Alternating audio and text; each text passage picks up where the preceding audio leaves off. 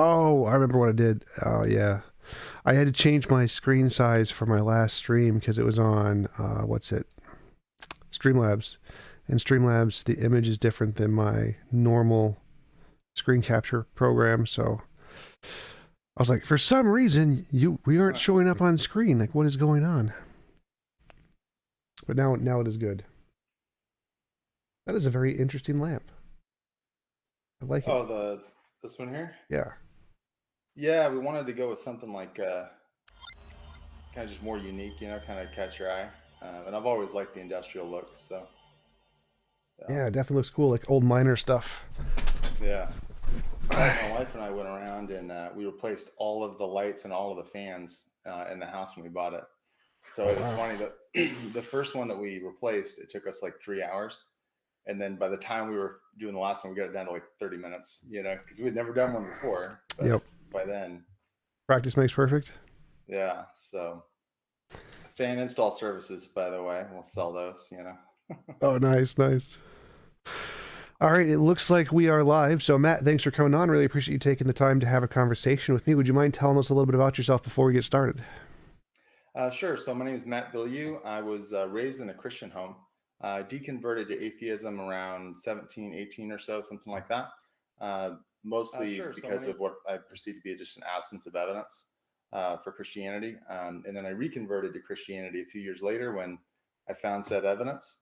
And those experiences really gave me kind of just a passion for evidences, for Christian evidences. And so I got my bachelor's degree in religion from Luther Rice University and my master's degree in apologetics. And now I serve on a volunteer team with Reasonable Faith. So if you write into Dr. Craig, and he gets a lot of emails, if he can't handle it, then they'll route it to my team, and we'll, get a response to you. And then over the last couple of months, I've started kind of a new project where I'm kind of hosting discussions between Christians and non-Christians, kind of a group discussion format. And if anybody's interested in that, you can find out more at coffeeshopapologetics.com. Awesome. Yeah. So, is that in person only, or is there an online thing for that? Oh, online. Yeah, purely online. It's through I use a Discord server for that. So Oh, nice, nice. Awesome. I'd yeah, I definitely be can't be interested. bothered with a commute. How often do you guys meet and chat? So it's relatively new. I mean, I've been doing like one a month, one every 3 weeks, 4 weeks, something like that. Um, so yeah, just a lot of things going on trying to build the channel, and so that takes time. And so to like prep to have a discussion, it's just taking a little bit longer. But I do eventually hope to have different speakers and things like that. Maybe even like a mentorship program for people who are learning apologetics, kind of attached on the side, stuff like that. But for now, it's just group discussions on different topics. So Awesome. That sounds really interesting. I'd love to hang out sometime in one of those if yeah, you're open to that. yeah, absolutely.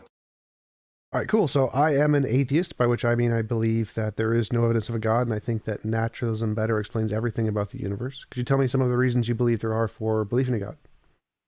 Sure. So one of the things that we interacted with that before was like rational oughts, like when you ought to believe something. And you can construct thought experiments where all of the evidence can be in favor of a claim, and you're still not rationally obligated to believe it. So what I don't want to try to do tonight is tell you what you have to believe or you're obligated to believe or what anybody has to believe. The best that I hope to do is just to show that my Christian convictions are rational. I'm not doing something that's irrational and coming to these conclusions, and that I think that the evidence lends to them. So Yeah, go could ahead. you explain that more? Because you said um, all the evidence can indicate something, but you ought not to believe it or something. How does Yeah, that yeah. work? So, for example, let's imagine that you are accused of a crime. Let's say it's like a murder or something like that. And they arrest you, they take you to court, and as they're laying out the evidence, they somehow have just a mountain of evidence. I mean, they have, you know, DNA evidence. They got your blood at the crime scene, victim's blood on a murder weapon in your house, just tons of evidence. And but you didn't do it. And so it can literally be where like all of the evidence is against you doing it, and still you're not rationally obligated to believe you did it. Right. I mean, you even if they have like a video, you would think, well, that video is doctored because I know I didn't do it. Um, and so there's some sort of quality in addition to evidence that causes there to be a rational ought. And you can do thought experiments in the other direction as well, where you're not obligated to believe something, or where you are obligated to believe something, even if there's not a lot of evidence. And so, Well, um, I wouldn't count that as all the evidence, because if like you don't have a memory of the thing and you're being accused of doing it, I would say that that is evidence you did not do it. And so I think that would not all of the evidence would be indicative that you did it at that point. Like literally, if you had a memory of actually doing it and knew you did it, and all of the evidence indicated you did it, then all of the evidence would. But if you didn't, if you literally couldn't remember yourself doing it, I think that would be a piece of evidence that you didn't. So it wouldn't be literally all of the evidence indicates that you did it in that case. all right. Yeah. I mean, maybe you're pushing the analogy a bit more than I meant to go with it. Basically, the point was just to show that there isn't evidence alone that can cause you to be obligated to believe something. That there's something more than just the evidence. Because even if you took that, then there'd be like one person's testimony, your own, that you didn't do it. But whether you like the thought experiment or not, I think that there's a question of when do rational obligations obtain, and it's not obvious to me exactly what the standards are. So all that I'm bringing that up to say is like I'm not trying to tell you that you have to believe something or that anybody in the audience has to believe anything. All that I'm trying to say is like, well, look, at least understand that Christianity is a rational option. For somebody who looks at the evidence, it's rational for them to come to Christian conclusions. Right. So I That mean, fair? when I hear that, to me, I intuitively disagree, because when I say that if all of the evidence indicates a conclusion, then I would say by definition you ought to believe it in that case. If there were oughts, I don't believe there are objective oughts, but you can believe whatever you want is my position. But Okay. if all I think if all of the evidence does indicate something, you should believe it. And in your analogy, all of the evidence didn't indicate something. So like if you literally don't have a memory of yourself doing it, that is a good piece of evidence that you didn't do it, kind of a thing, or is at least a piece of evidence against the hypothesis. So I don't understand your statement there, because it seems like your example doesn't match your statement. It may not be very pertinent to our conversation, but to me that seems very confusing to say that it's a possibility that all of the evidence could indicate a conclusion. It's not rational to believe it. That doesn't make sense to me. Yeah. Okay. So it sounds like we agree. You don't think that there are rational lots, and so you don't think that people ought to believe things. I don't have a robust standard for rational lots, so I'm not going to say that they obtain for our conversation. So I think we both agree that no rational oughts are obtaining for our conversation. Is that fair? Oh yeah, sure. So I can say, yeah, you can believe whatever you want if it makes you feel good. I'm totally open with that. But I would say that if all of the evidence indicates the conclusion, and you say, I don't believe the evidence or something, I think that's be more irrational. Not an ought, but Um, irrational. yeah. So like in our example, like if they had the murder weapon at your house, it might be irrational to believe that the murder weapon wasn't at your house. But yeah, this is kind of going. It's really only tangentially. The whole point of all of that was just to say I'm not saying you have to believe anything, and we agree on that. Sure, So how we get there, I think we're arriving at the same destination. sure. So the way that I would do that is basically I would just kind of show my path, my path of reasoning from observations through evidence and all that, and the conclusions that I draw from it. And then you might think of that like a highway.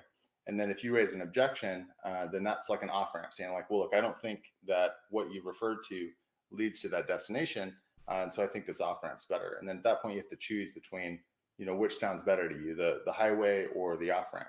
And the best that I can do at that point is tell you why I don't choose the off ramp. But like you said, ultimately it's up to you what you're going to believe. I can't control that. But I hope at least you'll be able to say, well, look, I wouldn't stay on the highway at this point, but I can understand why you're staying on the highway. Fair enough. Yep. So the first argument that I would suggest is a version of the moral argument. And that's that there's an observation that we perceive moral facts. The hypothesis is that these moral facts are objective. The prediction is that a morally perfect person exists as the foundation for these facts. And the verification is that in tandem with other observations from other arguments, we'll predict this being as God, and you'll meet him someday in this life or the next. What was the confirmation there? You'll meet God in So this life or it's the next. so it's a prediction that hasn't been confirmed yet. Yeah. So sort of like in your conversation with Tom Levi on, I think it was February 12th, something like that. You used as your confirmation that we'll meet moral aliens for Sure. your reason for believing that objective moral values exist. That was your verification, is that we'll meet moral aliens. We haven't yet, but nonetheless, that's something that would be predicted by the hypothesis that you shared at that time. Yeah. So mine's purely a hypothesis. I don't claim I have any evidence for it being true. I think it's true. I like it being true, but I don't have any confirmatory evidence yet. So are you saying the same thing about God in that case, that there has been no confirmation of it yet? I'm saying that you haven't met God yet. I'm sure. I'm fine with that. So that wouldn't really be evidence indicative of a God yet until we actually meet him. So the hypothesis predicts the existence of God. And for example, we've never met a black hole. We've never seen a black hole. We've never directly received empirical evidence from a black hole because nothing escapes a black hole. What we Uh, have is we have inferences from evidence to the existence of the black hole that we've never encountered. And so that's what I'm suggesting here is we have evidence through our moral perception. Now we can disagree on what that's evidence for, but that's the data. We have data in our perception, and that data predicts the existence of a morally perfect being. well, we predicted that if black holes exist, there would be these massive gravitational fields that would suck stars in them, and we can literally directly observe that. So black Mm-hmm. holes have been empirically demonstrated. We have actually literally seen a black hole. There are pictures of it that has happened. So Well, light can't escape a black hole, so you wouldn't capture it on a photo. right, but we can see the light and radiation going around the black hole and what happens to it. So we can literally measure its mass. So we can measure Yeah, the mass of each and every individual black hole. We know it's a black hole. So we've literally seen them. Yeah, we don't need to literally see the event but horizon we to see a haven't black literally hole. seen them. What We you said is that we haven't seen them. We've seen evidence around them that points to the black hole. Well, that's like a neutrino. So neutrinos, we can't see them because they're too small, but we can literally see the Right. effects they have, which no other thing has that effect. So we Yeah. have empirically demonstrated black holes. We have not in any way. There's no analogy to morality there. So Yeah, there's I'm not nothing. here to tell you that we shouldn't believe in black holes. What I'm saying is that the process of taking observations and inferring something from those observations that's implied by those observations is a reasonable thing to do. Right, but I'm not seeing the connection here. So in black holes, they made a prediction with empirical verifiability, which was then confirmed through observation. Morality, you've made a prediction we will see God, but there's no verification there. There's no analogy between those two, as far as I can tell. Well, I mean, like I said, you said that moral aliens was enough for you to call it a hypothesis and say that it had predictions and things. So I certainly think if you're allowed moral aliens, then I'm allowed God. Well, Um, sure. I mean, but I'm not saying my prediction has been confirmed yet. So mine has not been confirmed. So I'm so saying you that weren't presenting it as true. no, it's prediction that I hope is true in the future. So it's something I don't Yeah. know. So if like in the case of a black hole, it's been confirmed, it's been proven. Yes, those are black holes. There's not another option there. Yes, we've empirically demonstrated those are black holes. With morality, we've empirically demonstrated nothing. It's a prediction that I hope to empirically demonstrate in the future. So we don't have any confirmatory evidence of it. It's just a hypothesis. And Yeah. so So you could take that route. That's an off ramp. Is I unless I have some sort of empirical verification of it, then I'm not going to believe it. You could take that off ramp. The reason why I wouldn't take that off ramp is because that prevents us from being able to acknowledge a lot of things that we do know. So, for example, moral values. I mean, we know that what's happening in Ukraine right now is evil, um, and it seems to me that if my epistemology, I don't want to be in a position where I'd have to deny what's obvious since it's in front of my face. And so you could take that off ramp, but I hope you can understand that like I don't feel like I'm obligated to accept that evidentiary standard because I think it's just the bar is way too high and it ends up ruling out too much. Because what we want to do is I've been reliably informed that what we want our evidence to do is to separate the land of imagination from reality. And so sounds really that good. kind I of goes both. wonder who said that. Yeah, some philosopher somewhere. And so that goes both ways though, right? And so we don't want anything that's in the land of imagination actually like we bring it into reality and it's actually just imagination. But we also don't want to leave things in the land of imagination that are a part of reality. And so we want an epistemology that's going to be able to navigate those two. At least I do. Some people are satisfied to leave just everything in the land of imagination. I mean, you've got solipsists who say that even the external world doesn't exist. And so people can go that route. That's an off ramp that people can take. But I hope that people can realize that I'm at least rational for. Your Sorry, it's phone? about my daughter. Oh, sorry. No problem. It was a text about, anyway, sorry about that. So I hope you'll realize, like, She causing even trouble at if you school, accept beating that, people up. what's that? She causing trouble at school, beating people up at 3 years old. Yeah, exactly. Yeah. She's, the enforcer. So anyway, I hope you'll at least realize that why I don't accept that evidentiary standard. If you want to accept it, like you said, you can believe anything you want to believe. But I don't think that you would say that I'm obligated to accept that evidentiary standard.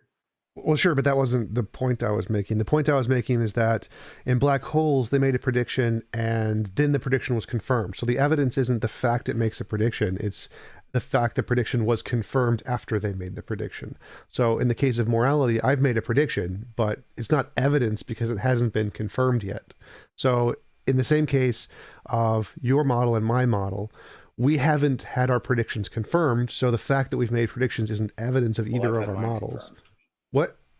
I've had mine confirmed. Well, that's what I'm asking about. Because in the case of the black hole, they've already been confirmed. So what is the confirmatory thing that's happened to show us that our predictions have come true? Because you said your prediction was that we'll meet God after we die. I have not done that yet. That's not a Well, thing you can I've. meet him in this life too. Okay. And so, I mean, I know that you don't believe that, you're an atheist, right? So you can't meet somebody who doesn't exist. But That'll be that great doesn't. evidence for Yeah, it phenomenal. would be. Well, and it was. And so, anybody who's in the audience, if you sincerely seek God and put your hope in Him, then you will meet Him. And so, there is a way to verify that in this life. Well, I don't think that's fair because I think most atheists have genuinely sought Him and have not found anything. So I think that's like literally the consensus among atheists. We've all literally genuinely sought Him, and that's why we left the faith because He wasn't there. Yeah, and that's what I said when I was an atheist too. But here we are. Right. But I mean, I think we can literally empirically demonstrate, yeah, we have genuinely sought them. We can literally identify in the brain what genuine passion is and that we have genuine passion for that. So we can literally prove that false. Like, yes, we know for a fact. Like, it's kind of like your example with the murderer. If all of the evidence indicates that you're a murderer, but you know you didn't do it, we know we did genuinely seek and it didn't happen. So if that standard is true, then we've disproven God. We already know He doesn't exist because we genuinely sought to a greater extent. I mean, I'd say that atheists in many cases genuinely seek more so than the vast majority of Christians. So if what you're stating is true, then the fact that we have gone through that process to an extremely genuine extent and have not found God would completely disprove God if what you just said, that we would meet Him if we didn't genuinely passionately tried and did not, then that would seem to disprove God by your standard. Yeah, so where we're at in the dialectic is that you've presented an objection about evidentiary standards, that the evidentiary standard is that it needs to have this empirical verification. And as No, I'd like, that was not a part of anything I said. No. okay, then what's your problem with saying that morality predicts a morally perfect being? None. I don't have a problem with that at all. So my problem is that for a prediction to be evidence, it has to be confirmed. You have to confirm the prediction, not just make a prediction. So I can predict the lottery numbers for next month are 5, 7, 2, 12, 24, but that doesn't mean I'm a genius unless it actually happens. Until it happens, it's not evidence of anything. So Yeah, just making... I'm serving notice that I don't accept that evidentiary standard. And I've explained why I don't accept it, and I don't think it's rational. I'm not You can following. accept it. I'm not telling you should accept it. So The standard of it doesn't count as evidence until it's verified. my if I predict the lottery numbers right now, let's just say I'm going to predict the lottery numbers. Are you going to accept me as a genius? And if before they actually happen? I mean, if you can do that, then I will absolutely call you a genius. Sure, just give them to me. We'll close the chat so that I can win by myself. Yeah. And then, But wait, would you believe I'm a genius before you won, or would you wait until after you won and probably doubt? I'm not saying that verifying predictions isn't a good thing when you can do it. That's not what I'm objecting to. What I'm objecting to is that you can't count something as evidence without that. So my standard of evidence is that some piece of evidence X counts as evidence for hypothesis 1 over a counter hypothesis, hypothesis 2. So X counts as evidence for H1 over H2, if and only if X is more likely on H1 than on H2. And it counts as evidence. It may be weak evidence, it may be strong evidence, maybe conclusive, it may be inconclusive, but it would be evidence if it counts for one over the other. Well, two things there. One, that's post hoc ergo propter hoc, literally a fallacy. So like if I said there's a gold brick on my table, and if I have a hypothesis there is a leprechaun in my basement who likes to make gold bricks, well, that would the gold brick would be more likely on that hypothesis than the hypothesis there's no leprechaun, and so given if those your are the only two hypotheses, then sure, yeah, I'd rather believe a leprechaun put a brick on your table than it popped into existence out of nothing. But those aren't the only two hypotheses in that case. right, you have so different competing hypotheses. right, so given your definition of evidence, that would be evidence of a leprechaun. So in order, you'd have to add to your definition. Yes, it would. If the only two possible options are leprechaun or gold brick from nothing, poof, there it is, then yeah, I'm going to go with the leprechaun. Wouldn't you? Well, no. So like if there's a hypothesis that I like gold bricks or whatever, the fact that I like gold bricks would have a lower probability to expect a gold brick on a table because not everyone can afford a gold brick. And so under a hypothesis of a leprechaun who has magic, who can always produce gold bricks, if such a leprechaun exists in my basement, then the probability of a gold brick existing on my table is 1. It has a very high probability. If I like gold bricks and I would buy one, the probability is very low because the probability of people being able to afford a gold brick is low because they're expensive. And so under the hypothesis of the leprechaun, the gold brick would be more likely. It's higher to be expected under the leprechaun hypothesis. So that if that's your standard of evidence, that's a bad standard of evidence.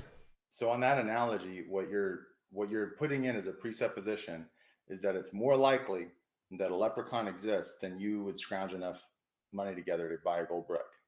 No. So I wouldn't agree that it's more likely on H1, the leprechaun, than on H2 that you somehow bought a gold brick.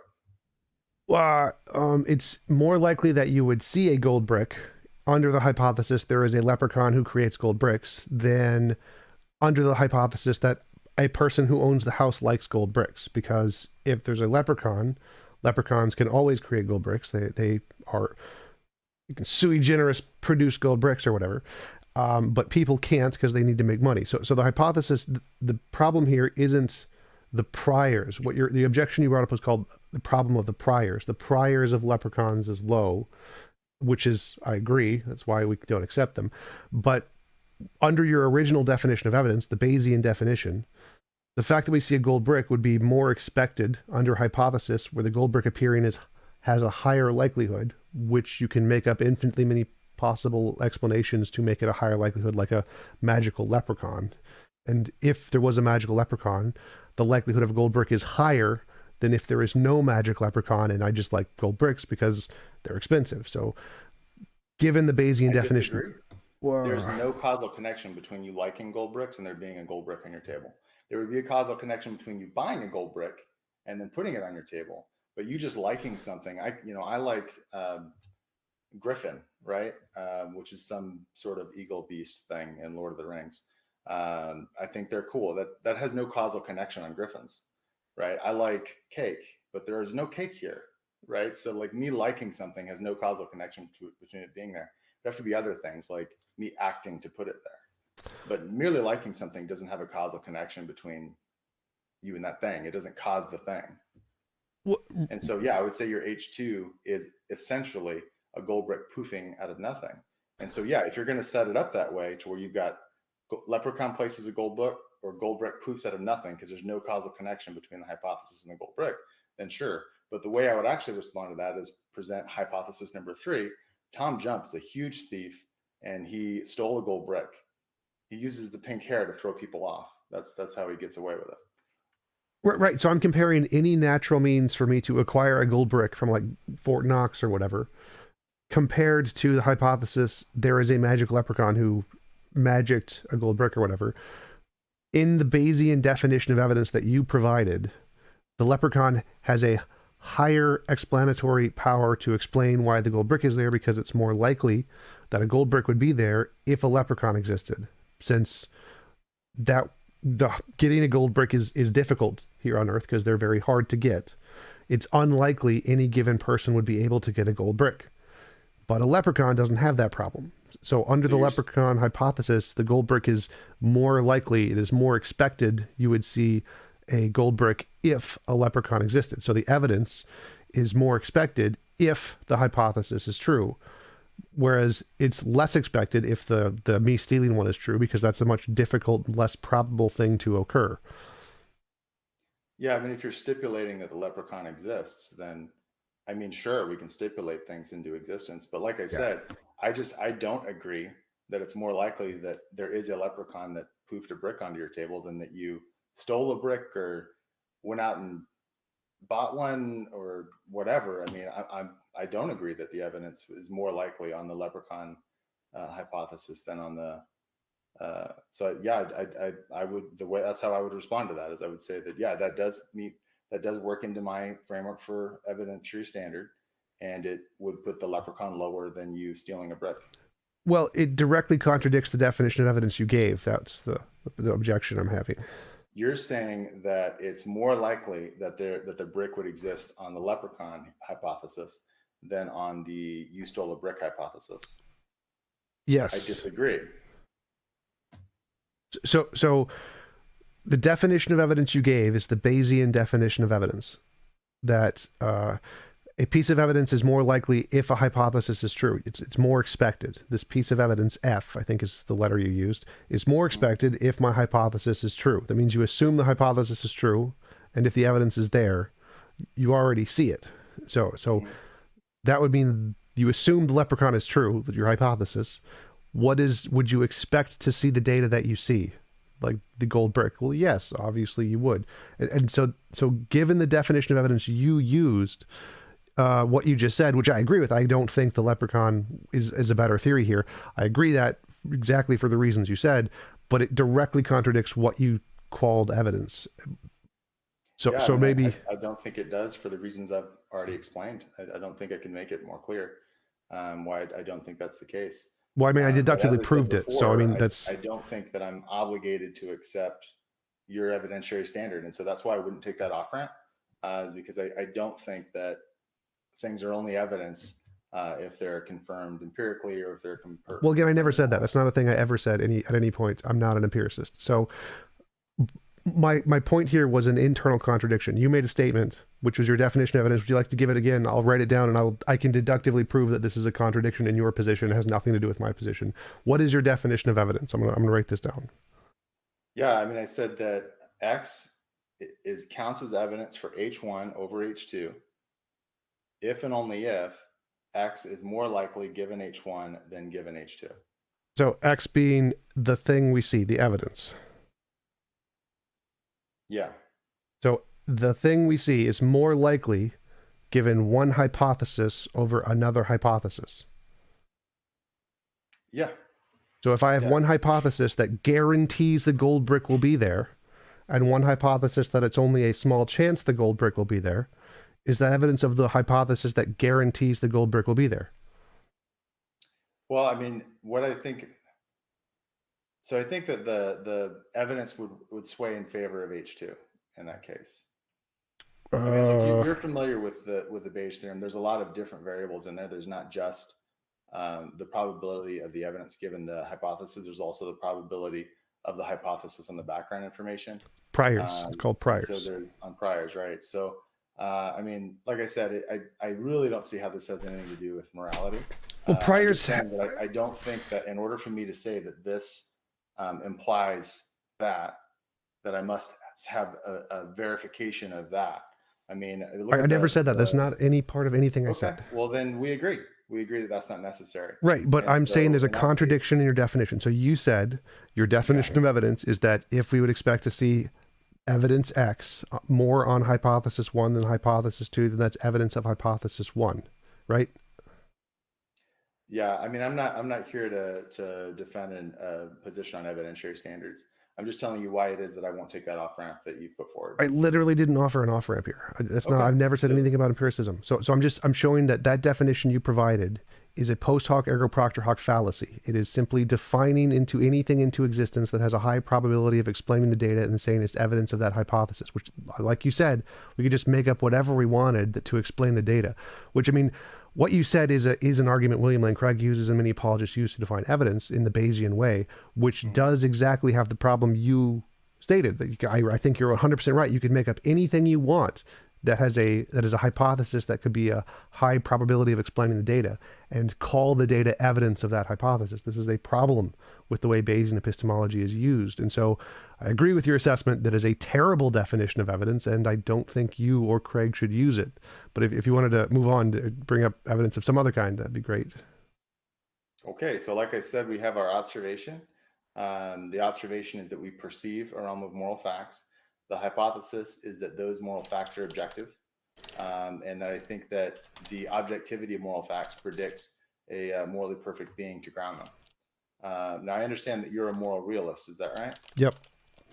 So, as far as the first part of it, I think that we agree.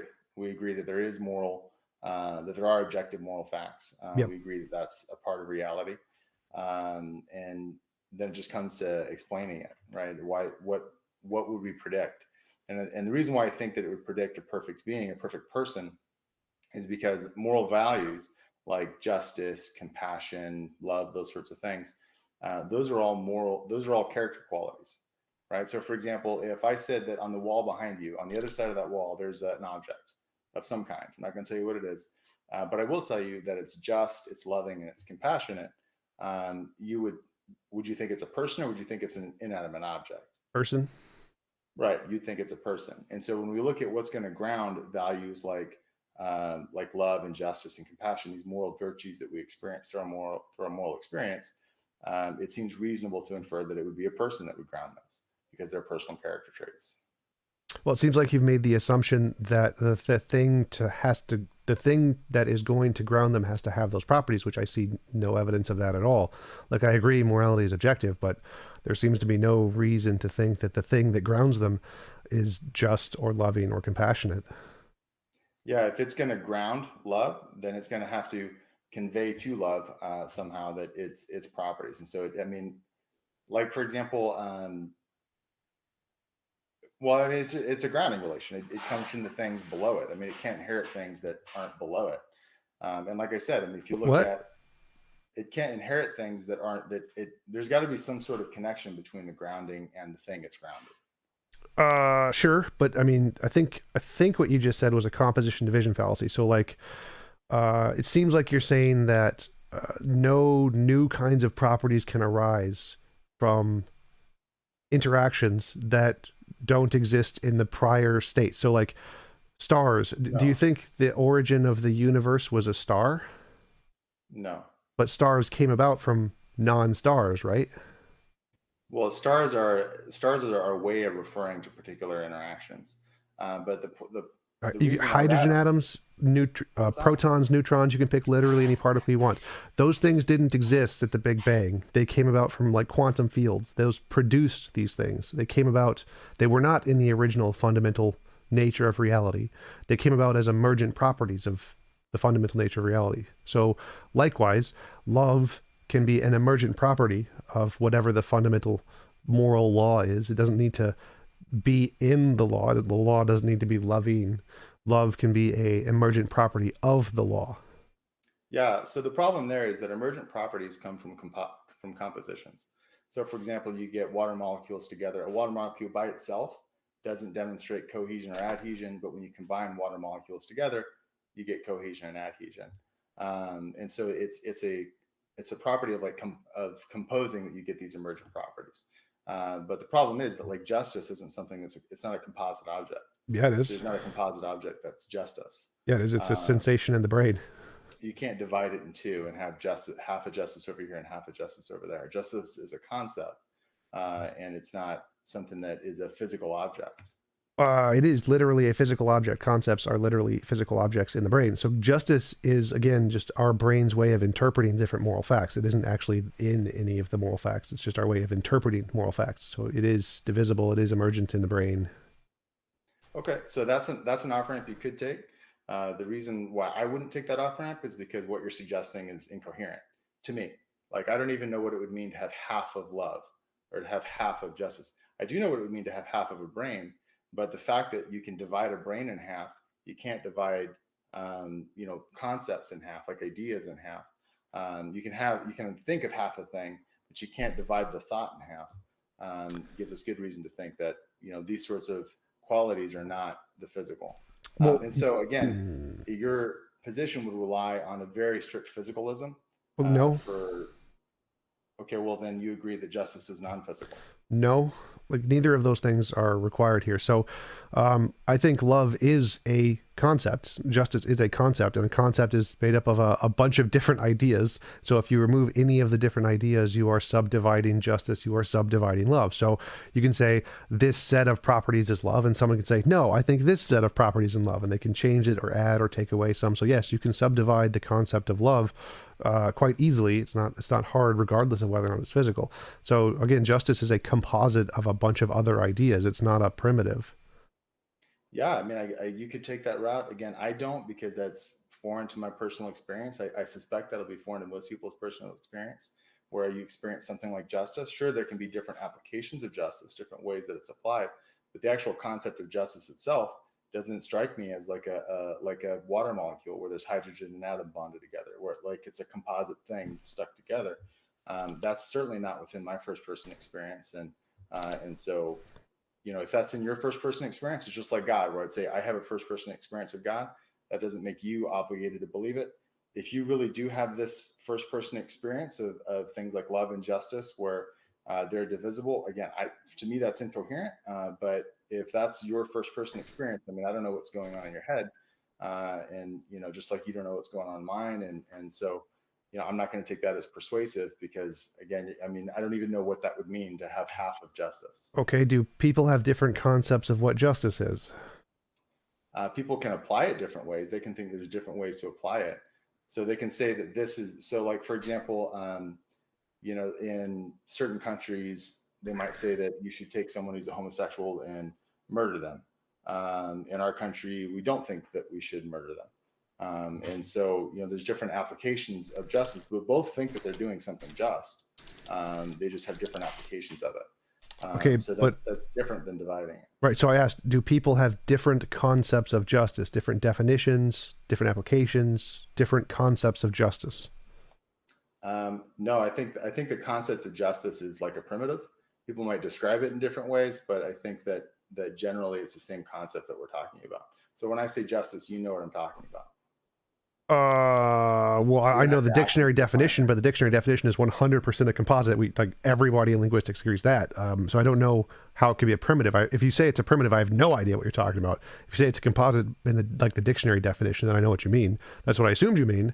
I don't know what you Yeah. mean when you say Well, it's a philosopher Eric primitive. Wielenberg thinks that they are primitives. In fact, he takes them to be brute facts, and so in that case they would be fundamental. They're not divisible, and so yeah, this is not a fringe view that I'm putting forward. And like I said, it's part of my first person experience, and people have to ask themselves, does it make sense to have half of compassion? Does it make sense to have a third of compassion? I mean, can you divide it up that way?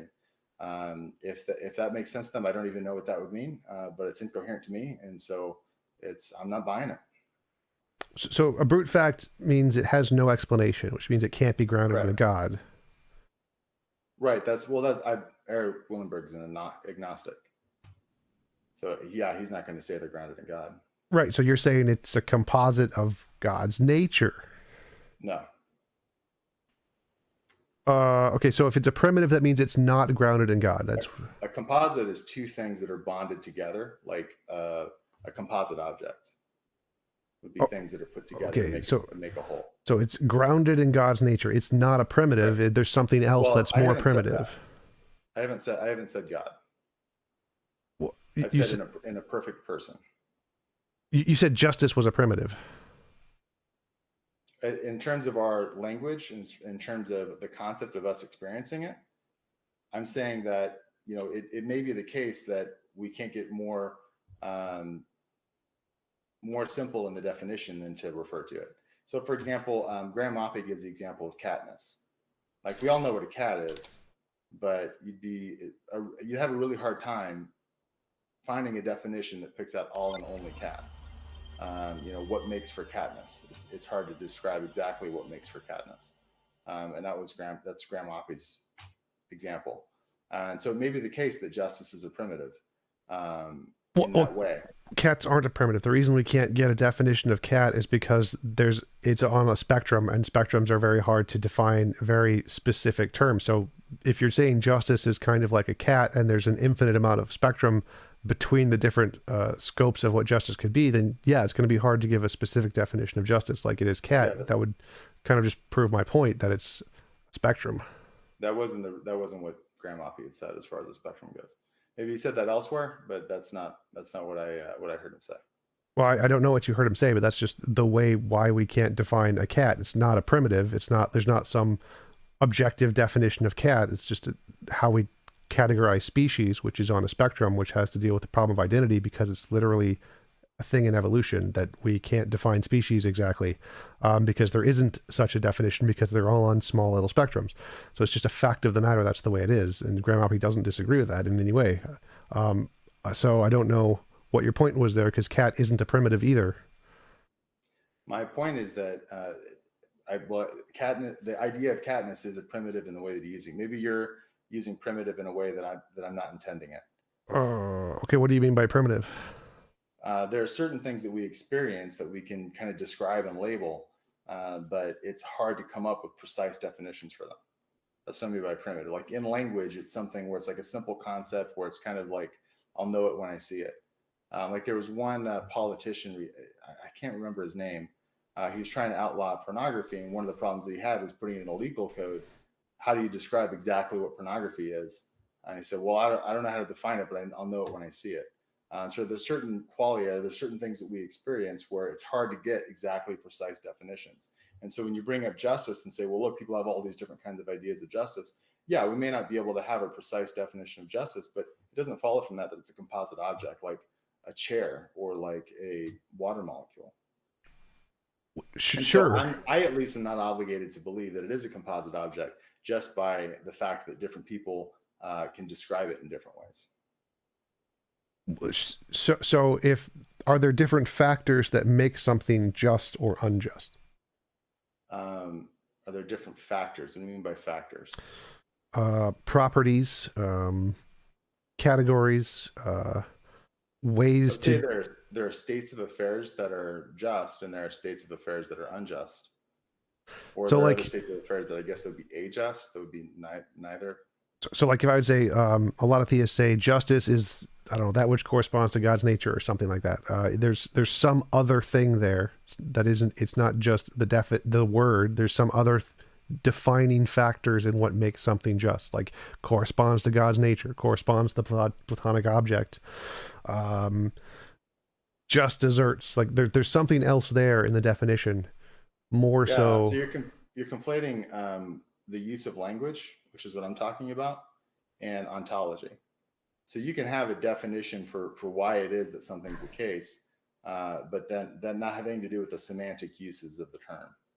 And so your point seemed to be that you were saying that people kind of describe justice differently, and that this means that they're describing different parts of justice, and that therefore justice is a composite object. That was what it seemed like you were driving at. Sort of. Yeah, I'm saying justice is composed of other ideas. It's not an idea onto itself. Yeah. So for me to acknowledging that there can be a wide semantic range for how we use the term doesn't imply that there isn't a thing that is justice. So I don't see how that follows to say that people use this term differently. So therefore it's a composite object. I don't see how that follows. Okay, so I think I understand your position now. You're saying there's this ontology of justice. It's a thing that exists somewhere, which I would just say there's zero evidence for. I'd say that it's a concept in the brain, and the concept in the brain is a composite of other ideas, and that seems to be what all the evidence indicates. So I think that your position seems irrational to me to think that justice is literally an ontological thing that exists out there. There's no evidence that it's a concept in the brain. Well, I'm imagining it right now. That's pretty good evidence. That's not in your brain, though. What? There's no evidence that that's in your brain, that you aren't an immaterial. Like you could obviously go the physicalist route and say that you are your brain, your mind is your brain. And then you can go the dualist interactionist route where you think that there's a soul that interacts with the body and interacts with the brain. And there's just no evidence that you are just your brain. Well, everyone in neurology, psychology, cognitive science, and the philosophy of mind would disagree on that one. Well, then they're wrong. I mean, I'm not going to just agree because they say that, and I don't agree that all of them say that. Well, they do. So, like, I have In number principle, of there's no way to studies. I verify have a that. number of studies on the consensus on here, and it's that if there are novel testable predictions made that we can interact with the brain and mess with consciousness, and we do interact with the brain and mess with consciousness, that's good evidence that it's physical. We would not expect that to be the case if it was just a receiver or whatever. So, the fact that we can directly interact with the brain and change consciousness and manipulate consciousness, turn things on and off, is good evidence it's physical, since that was the hypothesis made by most people in the field. But that prediction was just as easy is just as predicted by dualist interactionists. Post hoc, so it wasn't a prediction by them. That's the problem. It's like you can make any theory fit the data after you know the evidence, but only the one that can predict the data before you know it is the good hypothesis, and the only one that did that was physicalism. That's why it's the consensus by a huge margin. Yeah, that's not true at all. Dualist interactionists would predict that impacts on the brain would have an impact on the empirical experiences that people interact from the brain and what your soul interprets from the world. That Well, would no. be predicted by dualist interactionists. No, so that's you have to modify dualism to make that the case. So, for example, you can have consciousness outside of your body, and someone zaps your body, and your consciousness is completely unaffected. And so, it would not follow that if dualism was true, messing with the brain would affect your consciousness. So that's not something you would expect on dualism. Obviously, if physicalism is true and consciousness is literally the brain, then obviously if you mess with the brain, you're going to mess with consciousness. That's entailed by the theory. It's not entailed by dualism. So if you're a dualist, you would not necessarily expect that messing with the brain would affect consciousness, which is why it was predicted by the physicalists, and they made all the predictions and they got it all right. And many of the dualists made contradictory predictions and said this was not going to occur, and they got it wrong. That's why the consensus is physicalism today in every science of the mind. Yeah, no, it's not. I just don't agree. And so, like I said, I do think that dualist interactionism predicts that you would see impacts from the body if you mess with the body, and that if the brain is in the mind is getting information that comes through the body, then you would expect if you interrupt that information, then you're going to have those the information coming to the brain is going to be different. So, for example, we're on a video feed right now, right? Yeah. So if some hacker, got into that video feed and changed it, then it could come through on my end, and they could do whatever they want. They could give you whiskers, they could give you like big cat ears, they could do whatever, and that's what I would see, and so that's what I would be reacting to. And so, yeah, you actually would have the same empirical results from dualist interactionism as you would with physicalism and those kinds of studies. And that's why, in principle, you can't disprove the brain or disprove the existence of an immaterial mind through those sorts of experiments. And so, like I said, you don't have to go my route, go down my path, but that's a reasonable position to take, is to say, look, this position, dualist interactionism, just as easily predicts the evidence as dualism. It's not a race to who got there first, and it's not a popularity contest among neuroscientists. That just is what is predicted by the theory, and so I'm at least rational for not believing that. The other issue, well, definitely not. You're definitely not rational in that case, because we can prove again that's post hoc reasoning. So if I have a theory that predicts everything, and so for example, I say, I don't know, just a theory that predicts literally everything, and here's another theory that predicts 1 out of the 10 possibilities, and we discover the 1 out of the 10 possibilities is correct. That's evidence of the theory that predicted only that one. If there's another theory that predicted the other 10, all 10, and you falsified the 9, and that other theory was like, oh, well, that's okay because we have a version of the theory that can fit this one thing. Well, that's a bad theory. That's a silly theory to hold because it predicted all of the things. And when we falsify them, it just changes itself to fit the remaining data. It's called a God of the gaps fallacy. It's not changing itself to fit the data. Well, it did. This is what I'm saying. This is literally the history of the philosophy of mind, is that no, dualists and idealists did not expect that the brain would affect consciousness. They think that you could have conscious things that were not affected by the brain. That was the main predictions of the field, and that was proven false, which is why the people who believed idealism and dualism had to change their theory and fit the scientific data, just like people who believed in God did once we discovered evolution. They had to get rid of the young earth creationist idea and make it fit the scientific data. So the scientific data predicted the one thing, or physicalism predicted the one thing we discover that mess the brain, you get consciousness. idealism and dualism predicted 10 other things, and those were falsified, so they had to abandon those hypotheses and fit the data. Yeah, that wouldn't be a weakness on the view if it does predict all 10 options. I disagree. I mean, if you're saying that, look, I've got this hypothesis over here, and it's narrow, this hypothesis that fits pretty much any result, then it's not disconfirmed by finding one of the results that it predicts. And so I again, I'm not. And then there's other reasons, like for example, my first person experience of having free will. I make decisions, like I decided to come on and speak to you today. I have the first person experience of choosing to do that. And that is not at home on a physicalist interpretation of the mind. I And so agree there's a there. I lot don't of think what what's that? I agree. I don't think free will is possible. I totally agree there. Yeah, and so since I have the first person experience of free will, and it's impossible on physicalism, then it's strongly disconfirmed by my first person experience. I make decisions all day long. I think everybody does. But I mean, if you don't, then there may be something wrong somewhere. I don't know, but I certainly have that experience. And so, you know, I'm not buying what you're selling, I guess is what I'm saying. Sure. So how do you make a decision without being determined by prior reasons? How do you experience that? Free will. I choose it. Well, that's So I begging chose the to come question. on. So that's not evidence. What is the methodology? How do you actually do that? Because to me, that seems like you made a decision based on prior reasons, which is exactly what we would expect. I don't see how you experienced free will there. I did experience free will. I'm experiencing it directly. So I think the problem is you're saying, okay, well, now I need an explanation of your free will in order to accept that you have free will. Well, I need a coherent definition. So, for example, for me, it seems like any decision you make is either going to be done for reasons, and so it's going to be determined, or it's going to be done for no reason, and it's going to be random. And I don't see any logically possible way to get out of that. It seems like either any decision you make, pick A over B or whatever, either you picked A because there were prior reasons that caused you to pick A, or there were no prior reasons at all, and it was just random. Yeah, that doesn't follow at all. Having reasons to make a choice, you know, a choice being non-arbitrary does not imply that it's determined. There's just no Um, implication from I chose this and I had reasons to choose it to it was determined. There's not a connection there. well, I'm defining reason as literally anything that is like an electrical signal causing it to choose A over B. It's literally a determining factor that causes the decision to be made. So either there is a determining factor causing the decision to be made, or there is no determining factor and it's random. Well, I'm the determining factor. I determine my decisions.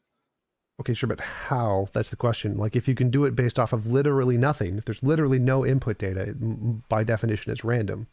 So there has to be some No. input data, whether it's from your. So the explanation of how my decision comes about is that I make a free will choice. Okay, but That's the explanation. that's not Now an you're asking explanation. for what's the explanation of the free will choice. Well, I want a definition of free will. I'm looking to like what is the free will thingy other than just an incoherent concept. To me, it seems like you're saying I round square, and you're saying I round square is just the explanation. I'm like, it doesn't make any sense. What is a round square? And so My choice of x is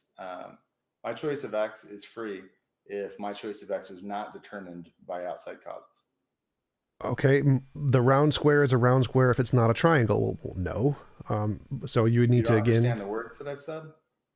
No, I don't Or how they come understand. together to make a sentence? No, I don't understand what you mean by free because it seems like round square. So any I decision. said a choice of x is free if the choice of x is not determined by outside causes.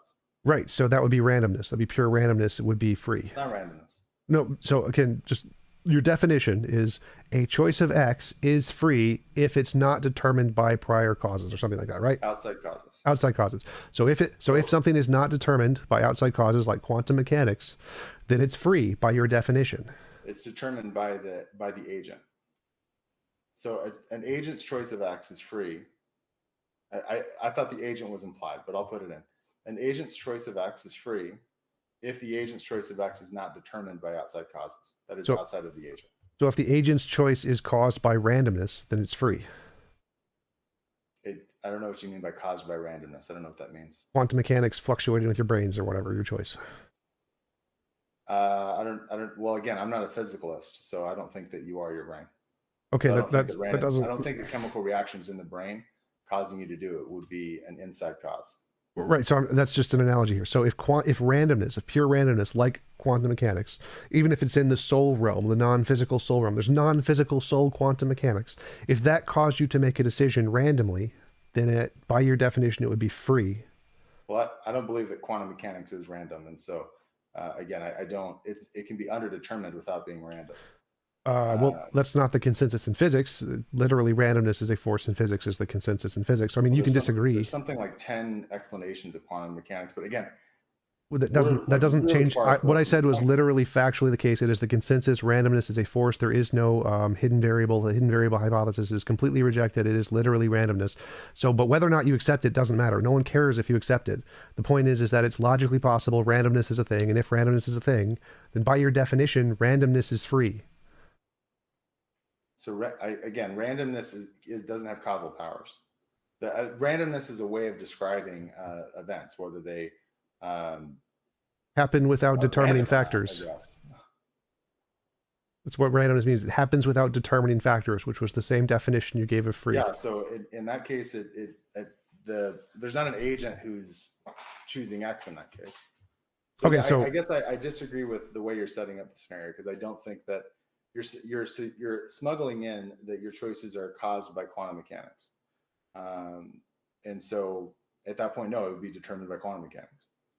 okay, sure. So you're saying randomness isn't free, determinism isn't free. So you got what's the third option here? Free will, Yeah, but no, that's not an agent explanation. causation, agent causation That's just a synonym. So I need to explain how does that work? Like to so me, again, I've said agent causation explains the choice. That explains how it is that you have free will. You're using agent well, that's causation. just a synonym. That's like saying a round square explains a round square. You need to explain how does it do that? You're again, and I'm let me try to finish this time. I don't mean to be rude. That was rude. I'm just saying, like, I'm like halfway through the sentence. Um, I'm saying that you're asking how is it that you have a free choice? I'm saying agent causation explains how it is that I have a free choice because I'm making the choice freely through agent causation.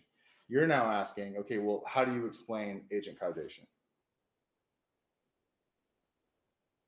I'm looking for a definition of agent causation that makes sense. So just saying agent causation and saying free will is like me saying a synonym and another synonym. Like it doesn't explain anything.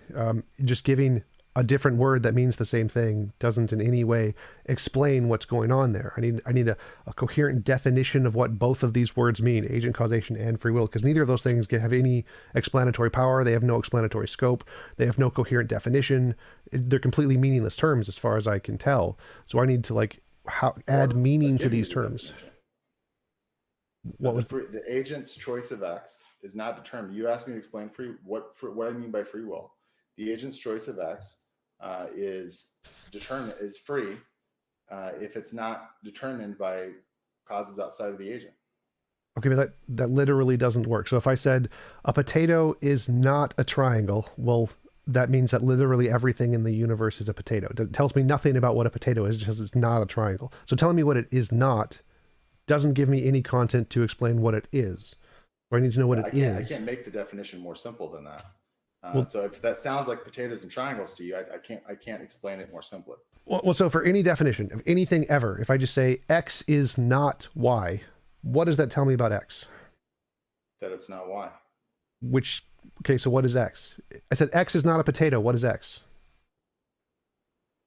So, well, I mean, again, I don't think that that's a good analogy because there are a whole host of objects, but here there's only a few.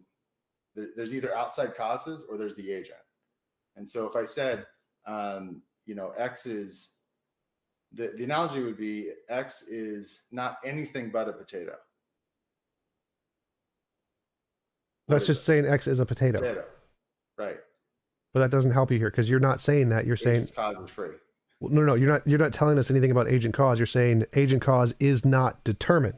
So if you said agent cause is not determined, well, okay, now it's not, that's a coherent sentence. But saying agent cause is not determined is like saying X is not a potato. Well, that doesn't tell us anything about what it is. And the reason this is a problem is because you can say X is not an existing property, or X doesn't exist in reality. You can use the not property to eliminate all logically possible worlds and have a coherent sentence of X is not. So saying X is not doesn't actually show this is an existing thing or that it's real or that it's coherent.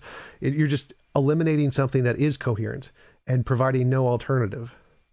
Well, once again, I mean, we have a first person experience of making free will choices. And I've explained what I think that is as far as X and the causation. I can't explain it more simply than that.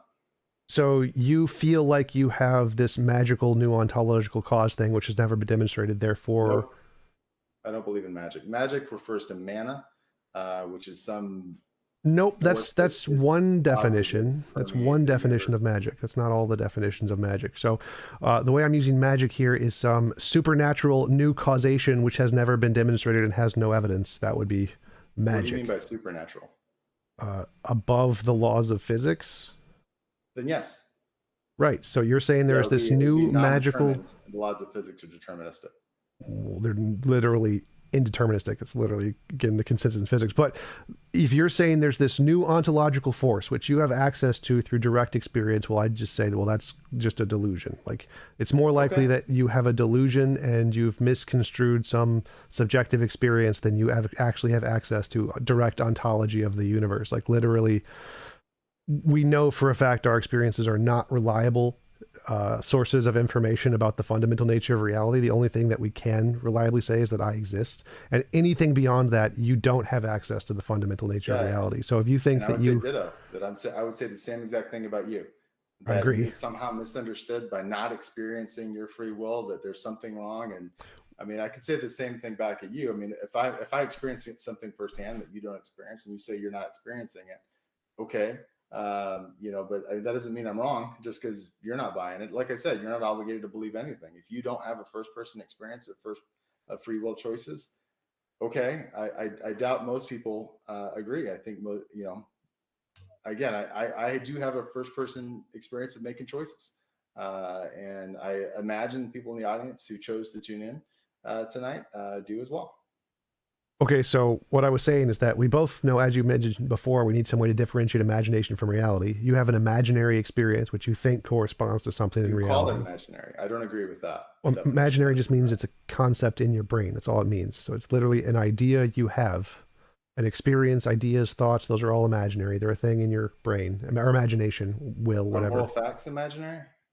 Everything you imagine is imaginary. So if I imagine the world is round, that is an imaginary idea in my head. Literally everything starts as a thing in your head. It can't Yeah, I think not. it's a pejorative word in this case, What? and so that's why I would object to it. I don't understand so like literally everything. Science is imaginary. It's an imaginary concept. Every fact is an imaginary concept, a proposition you've imagined in your head. Everything starts as imaginary until demonstrated otherwise. So you have an imaginary experience, and as you I don't. agreed, you need some way to differentiate imagination from reality.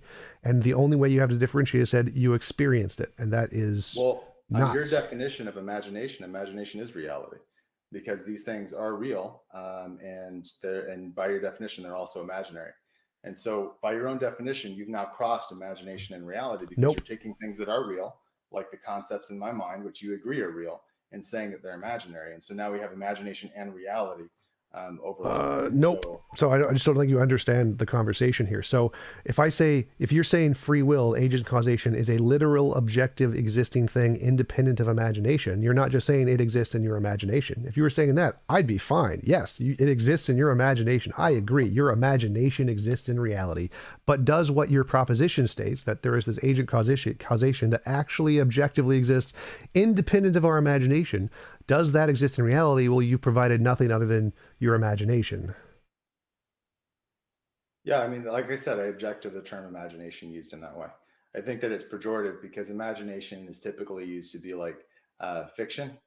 And the way you're using it, imagination can apply to things that actually exist that are real.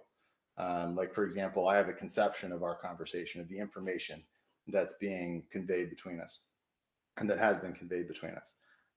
That's real. But by your definition, it's both real and imaginary. Yeah. And so we're not dividing between imagination and reality because, on your definition, they're the same thing in that case. No, again, that's false. You just don't understand the distinction here. It's pretty obvious to everyone. you have the idea that this conversation exists and is real outside of your imagination. Do you have evidence of that? Yes. Like we have empirical evidence that we have conversations and TVs and internet and things.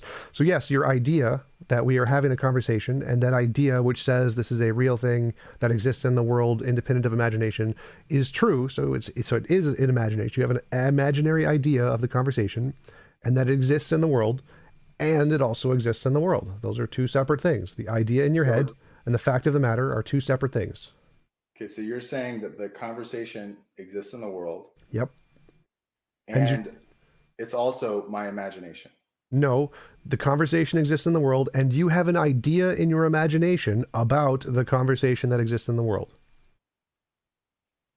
I think you're saying that we don't have direct interactions with the world. Is that what you're saying? We don't have, through our perceptions, we don't interact with the world. Is that your No, position? Okay, well then I had an interaction with the conversation, right? and so I don't know how you would account for the information that passed between us in a physicalist sense. But I guess I mean, What? yeah, if you think that the brain is the mind, I guess you would have to say Also, that. not have anything to do with what I said. So, I mean, expressing how information transfers between minds is extremely simple. Information theory, Claude Shannon, 1958 paper, like visual and auditory information is presented to you and calculated by the brain. Oh, problem solved. Very, very simple. But that has nothing to do with anything I said. So what I said was you need to differentiate imagination from reality. All ideas in our head start off as imaginary. They're ideas in our head. That's literally our imagination. It is an idea in our head. That's literally what imagination means. Ideas in our head. And then you want to say that it's more than that. It's more than just an idea in your head that we have this agent causation. It is a thing. It is a real kind of causation, like mass or energy or spin. Those are real things that exist independent of our imagination. They also started as imaginary. The idea of spin was a thing that a physicist thought up, and then he made a prediction to try and confirm it was true independent of his imagination. But all things start as imaginary. So you've done the first part. You've come up with an imaginary hypothesis, just like everyone in physics does. You haven't done the second part, which was give a coherent definition of what that actually means and then show it actually exists in the world. You just said, well, I experienced it. If a physicist said, well, I just experienced spin, people would laugh at him because that's silly. Like, no, you don't get to just experience things, because we know that methodology is a very bad methodology and no one should trust it. And we know that that doesn't work. We know that people's personal experience is a terrible method to try and assess any truth about anything in reality, independent of our imagination.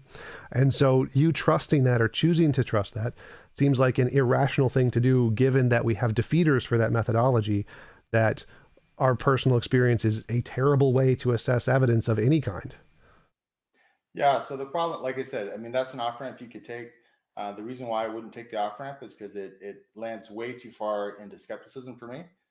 Because, for example, you made reference to the 1958 paper that you read. How do you know you read it? It's your memory, but your Yep. memory is only in your head. Yep. So by definition, it's imagination. Yep. So you can't make that reality and it be imagination at the same time. And so all of our memory beliefs would then be in the realm of imagination. And how do you prove your memory beliefs?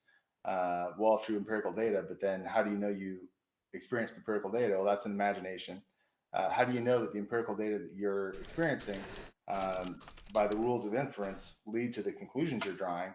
Well, that would also be imagination. And so how do you prove that? And so Novel testable predictions. So that's easy. That answering that is super it doesn't easy. have any predictions because you don't have any empirical data that isn't so mitigating through this. that literally doesn't matter. So this is very, very easy to predict. I say I see things like I see a TV and I imagine things. I imagine things like a unicorn, and we need some way to differentiate between the two.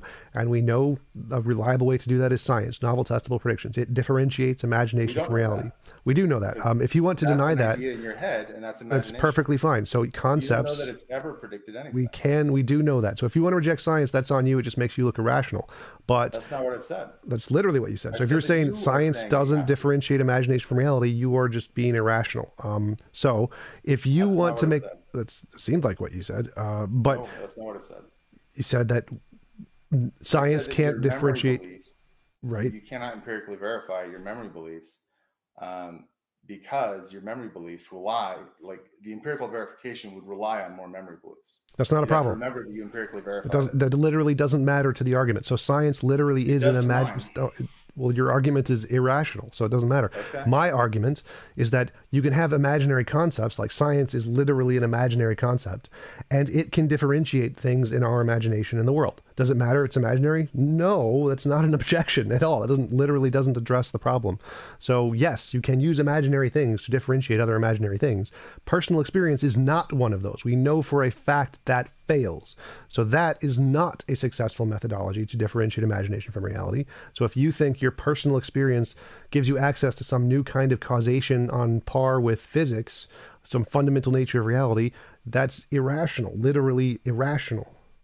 Yeah, I disagree. I mean, I think it's irrational to reject that personal experience uh, differentiates between imagination and reality, because the only way we interact with the world is through personal experience. Even if you're reading a book, you're personally taking in you're having a personal experience of reading the book and thinking through the concepts, and your rational reflection on what's being said in the book is personal experience, where you have this personal experience that the data that they're presenting does or doesn't infer the conclusions that they're drawing. And so no, I disagree. I think that you would land in utter skepticism, because you wouldn't be able to trust rational intuition. You wouldn't be able to trust memory, because again, those are personal experiences. And so, yeah, I think you're fully justified in taking your personal experiences to be true, unless you have some reason to think otherwise. So it's a tu quoque fallacy, and also it doesn't apply. So like if I said all Well, labeling roses. it is fine, but you don't have access to the world without Okay, but accessing that it through your doesn't address first the point. So I experiences. don't think you're just missing the point here. So saying that all things are imaginary is like saying that all roses are flowers, all flowers are roses. Like, yes, that's the case, but some flowers have a specific extra property here. So science isn't just imagination, it's imagination plus novel testable predictions. So there's a way to filter out the bad imagination. You have no such way, and that's the problem. The way you're using to try and filter out bad imagination has literally been proven to be a bad imagination. Science has literally been proven to be a good imagination, so you simply saying they're both imagination is a false equivalence fallacy. We know science works. Your method, we know, does not work. We've proven your method does not work. We've proven science does work. So it's not equivalent to say, well, they're both imagination, therefore they're equivalent. Tu quoque, literally not a false equivalent, or literally a false equivalency. So no, the fact that science is imaginary does not put it on par with your bad imagination. I don't think you've understood what I've said. I'm pretty sure I did. It seems So obvious to me that you haven't. you said you can't trust you can't trust your memory or your imagination if we can't trust our personal experience. Like, no, that's false. There's lots of different kinds of personal experiences we have, and some methodologies have that plus something else. A method makes future testable predictions. So we have the imagination of our personal experience plus the imagination of our scientific method, and those two things are good and reliable.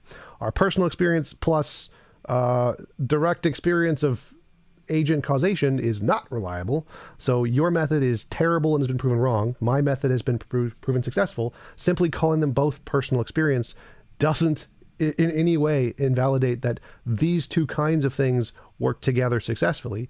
Experience plus novel testable prediction. Whereas yours doesn't, even though they're the same, they start at the same starting point of imagination. Yeah, again, how do you know that anything's been proven? You're relying on your memory. That is your first person experience of remembering Which isn't a the problem. experiment. What's So that? that's not a problem.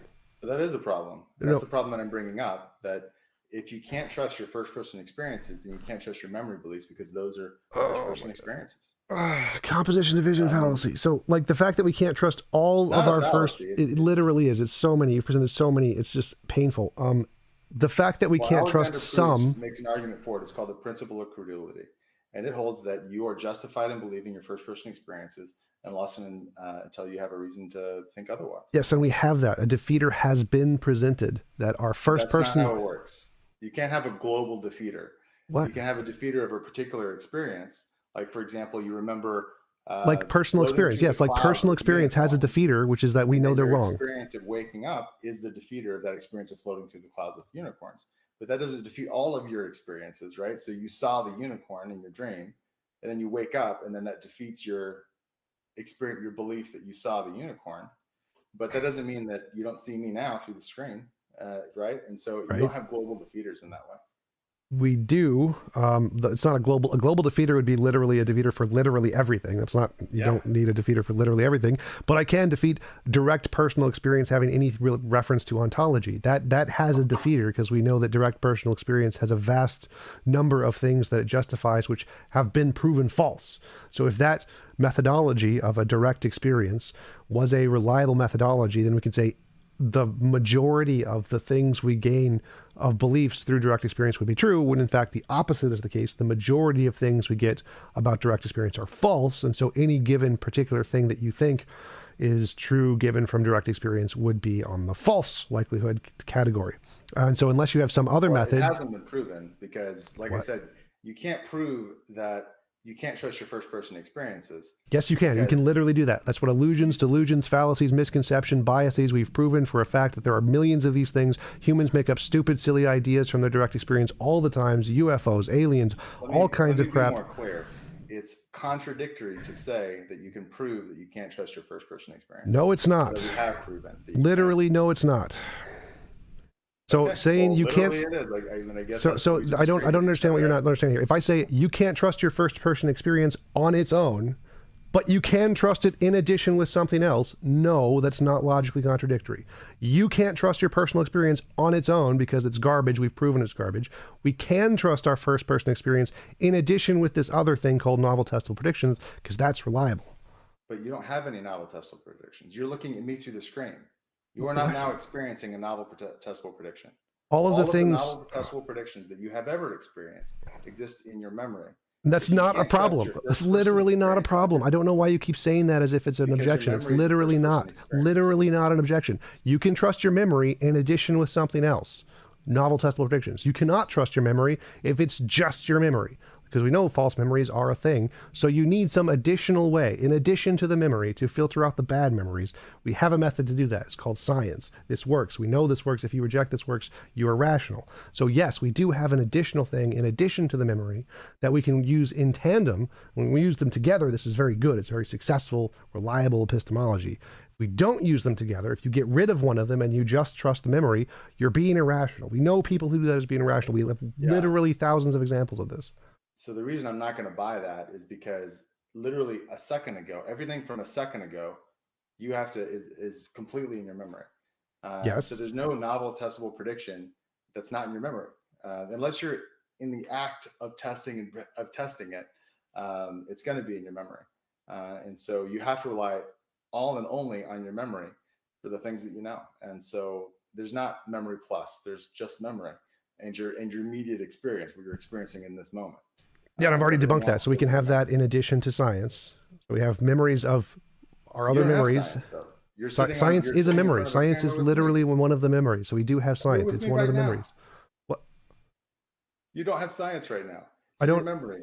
I don't understand what you're saying. So all of the things that I'm experiencing, I'm justified to believe if it already has an implicit empirical basis. Yes, like if I see a horse or whatever, that's rational. If I see a unicorn, that's not rational. I should not believe that. I would be an idiot if I believed it. So I saw a unicorn, because that would be something that we have good defeaters for. That's what you're saying. You have this direct experience of this fundamental nature of reality of agent causation. That would be like you seeing a unicorn and saying, I believe it just because I see it. That's silly. That is literally irrational. Lots of unicorns, Tom. They're called rhinoceros. Yes, clearly that's what I meant by the word, and you're not being disingenuous there. Obviously. I'm kidding with you. Come on. You got pink hair. You can't lighten up. So obviously the point, the point here is that obviously you cannot trust your direct experience unless you have something else in addition to that. You can say that, but you haven't demonstrated it. So every fallacy, every bias, every illusion, every delusion, every misconception, every false theory. Yes, I've proven that. No, I don't agree. Again, I don't agree. I think that you can't but rely on your experience, and so I guess I guess we have just a fundamental disagreement here. I mean, I don't think that number one, your experiences don't have to be an infallible guide to be a reliable guide. So that doesn't follow. Well, they'd have to be more likely correct than incorrect. As I said before, you don't have access to any of these studies without it being mitigated through your memory. Which is, as I mentioned, that doesn't not a problem for anything I said. It does for everything you've been saying. Literally not. You don't have any novel testable predictions without your memory. You don't have any experience of science being correct without your memory. Which is fine. And so if you can't trust your memory on its own, then you don't have any of that data either. And so People remember being abducted by aliens. Is that reasonable? I've not talked to any of those people or looked I don't into care if you talk to them. Is it reasonable? if they experienced being abducted by aliens, then I mean, yeah, if somebody experienced that, then they would be rational in believing that they experienced it, unless and until a defeater was presented. If you presented a defeater, such as there's like the Illusions, furnace delusions, paradox, or misconceptions, fallacies, biases, the fact that we know the human brain is garbage at these kinds of things, like so that kind of defeater. saying that you can have a defeater doesn't mean that, again, you can't have global defeaters to where, because memory is sometimes fallible, you should never trust memory. Like it doesn't follow. It just doesn't follow from what you're saying. Memory So is very fallible in very many. Actually proving it is much more difficult. So again, memory is proven to be fallible in very specific cases, like saying things that don't have an empirical basis. Therefore, anytime you say memory exists something that doesn't have an empirical basis, most likely is false, and that has been confirmed to be true. Yeah, it just doesn't follow. Literally does. Literally does. Literally it doesn't. Literally does. So that's why in court cases. Time, right? Well, no. Again, this is proven in every single academic field. In court cases, if it doesn't have precedent, so the technical term. What you just said doesn't follow from. Yes, it literally does. You just don't understand it. Like, okay. if in court, if you say I experienced someone cast a spell and kill somebody else, you don't consider it in court. You throw it out because it doesn't have any precedent. There's no basis for that existing in reality. So if someone said they had have a defeater. Right. We have a defeater. That experience. You pretend you imagined or memory or experienced something that has no empirical basis. It's been defeated. You've got defeated. So my personal experiences of free will choices, which have not been defeated, because which are exactly the same as magic. You've presented magic and it's been defeated. It has no precedent. Like, you have no evidence. Yes, it does, for the exact same reason. In order for it to be a defeater, it has to give me a reason to think that it's false. Yeah. And if in presenting studies that are consistent with my view of dualist interaction, of the way that the soul interacts with the body, doesn't defeat it. It's not an undermining defeater if it's consistent with the belief, right? So, for example, if I said, "Dude, you have pink hair, but my defeater is that you bought pink dye," right? Like, well, that's consistent with it. That's not a defeater. Right. So if someone says they were abducted by aliens, or saw someone cast a Harry Potter Avada Kedavra spell to kill somebody, the fact that we can't prove that would not be inconsistent with their belief, because magical beings can cast Obliviate and change your memory. So the fact that no one else remembered is not inconsistent with their belief. Therefore, it's not a defeater that we literally know there are thousands of fallacies, biases, misconceptions in the brain that literally cause these things. Oh, it's not a defeater for their position. So they're not irrational to believe someone cast an Avada Kedavra spell. Clearly, your epistemology is just broken. Yeah, I just don't agree. I mean, you would go to the specific belief, and you present either an undercutting or overriding defeater for that belief. But that undercutting or overriding defeater wouldn't work for everything. So, for example, the alien one, if somebody believed that they had been abducted by aliens, you might get into like the distances involved, that it's unlikely that an alien would be able to travel the distances necessary from an habitable planet, or in the amount of time that the Earth's been here. Those kinds of I mean, I don't know much about alien travel, so I'm kind of winging it here, but I don't know how to disprove aliens because I haven't studied it. But I know that there are problems with saying that aliens have traveled to the Earth. You would go with that kind of stuff. I mean, you wouldn't just say, "Oh, you're an idiot." You wouldn't just say that. And at least that wouldn't be a rational way to try to disprove their beliefs. Right, I agree. Saying someone is an idiot is just an ad hom. But if we can show that human brains have fallacies, biases, illusions, delusions that literally cause these experiences, that is a defeater. And I don't need to say anything about the experience. It matters. So I can say nothing about the experience. I don't need to in any way address the experience. All I need to say is, does that experience, is it better explained by the fact that it's an illusion, or is it better explained by the fact that it corresponds to the fundamental nature of reality? I can say better explained by illusion, because we can show that's the case. Yeah, so I mean, that's a route you can go. For me, I don't want that. I think that leaves you in the land of imagination. I don't want to live in the land of imagination. I don't think that's a nice place to be. And so that's why I wouldn't go that route. Well, okay, but the whole point of mine is because it gets you out of that land, but okay. Yeah, because it leaves you unable to trust your memory beliefs. So a defeater for any memory would be a defeater for memory generally. And so you'd have to... No. That's what you said. No. So I said... used free will experience. That was kind of how we got into this topic. Yeah. And you said that we have defeaters for free will experience. Yep. And we don't, because they're consistent with free will. That's not how defeaters work. It has to be an underwriting. No, Well, it it is doesn't. how it works. It has to be. It has to either give you a reason not to trust that you believe that. It has to either undermine your confidence in the belief, or it has to override it. It can't be an overrider, and I don't see how it would possibly even be an underminer. And so there's not a third option. Well, it doesn't need to contradict. So, for example, if I said I That's an saw overriding defeater to contradict. right, The other option is undermining. right, And it doesn't undermine it for me. I don't see how it would undermine my confidence that if you poke my brain, I see lights or whatever. I mean, I don't see how that would undermine my belief in my free will choices. right. So the undermining defeater is that we know that there are thousands of fallacies, biases, illusions, delusions, misconceptions in the brain. So simply our direct experience is very bad at and not in any way trustworthy to use as a method to tell us about the fundamental nature of reality. So any such belief is now defeated. Any such belief And that you that's have a non access. sequitur. And so I'm not undermined because that's a non sequitur. How? It doesn't follow from this is sometimes wrong to therefore therefore it's always wrong, or therefore it's never to be trusted. If it's mostly I wrong, don't agree that because we sometimes have these fallacies. I mean, I'm not walking around having hallucinations and things all the time. well, yes, Maybe yes, you that's are. your experience. It's certainly not mine. Well, But I don't have an experience of always being wrong. And so if I did have an experience of always being wrong, then yeah, I guess I would think I'm always wrong. But you haven't presented that. well, that's the thing is that yes, you literally are walking around with with illusions and delusions all the time. That's literally what your brain does. We know for a fact that our brain creates tons of illusions and delusions all the time. It's a fact. Most of what you see is that your experience that objects are solid is an illusion based on how our brains perceive things and make up constructs of the world.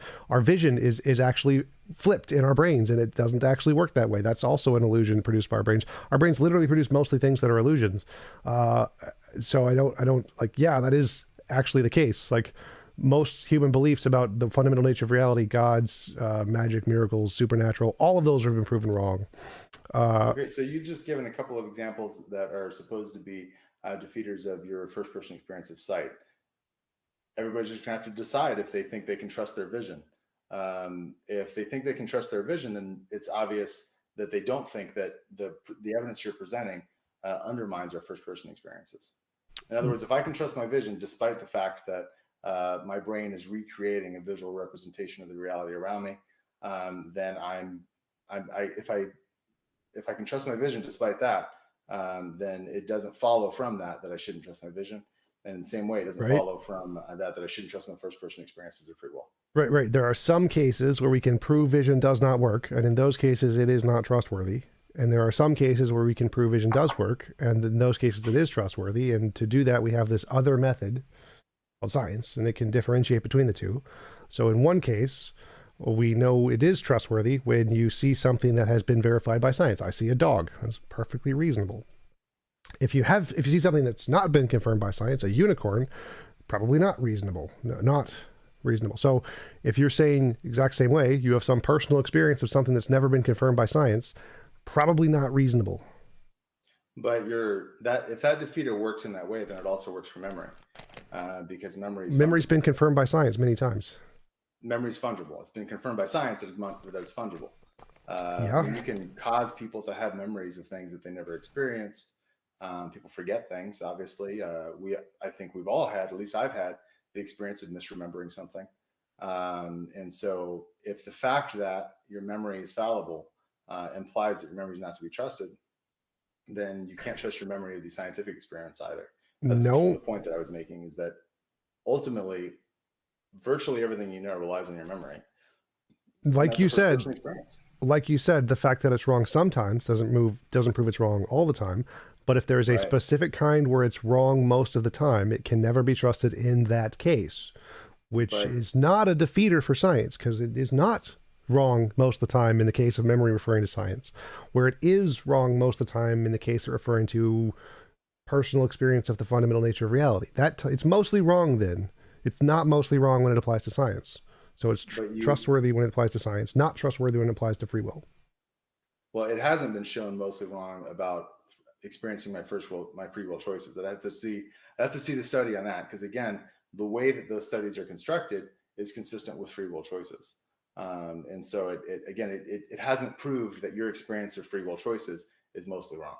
Well, we can zap your brain You and could make say it you literally has, but what? again, I just don't buy it. We can zap your brain and make you make a choice when you have no option. And that does not at all undermine free will. Your ability to determine a choice doesn't imply that without that determination that your choice would be free.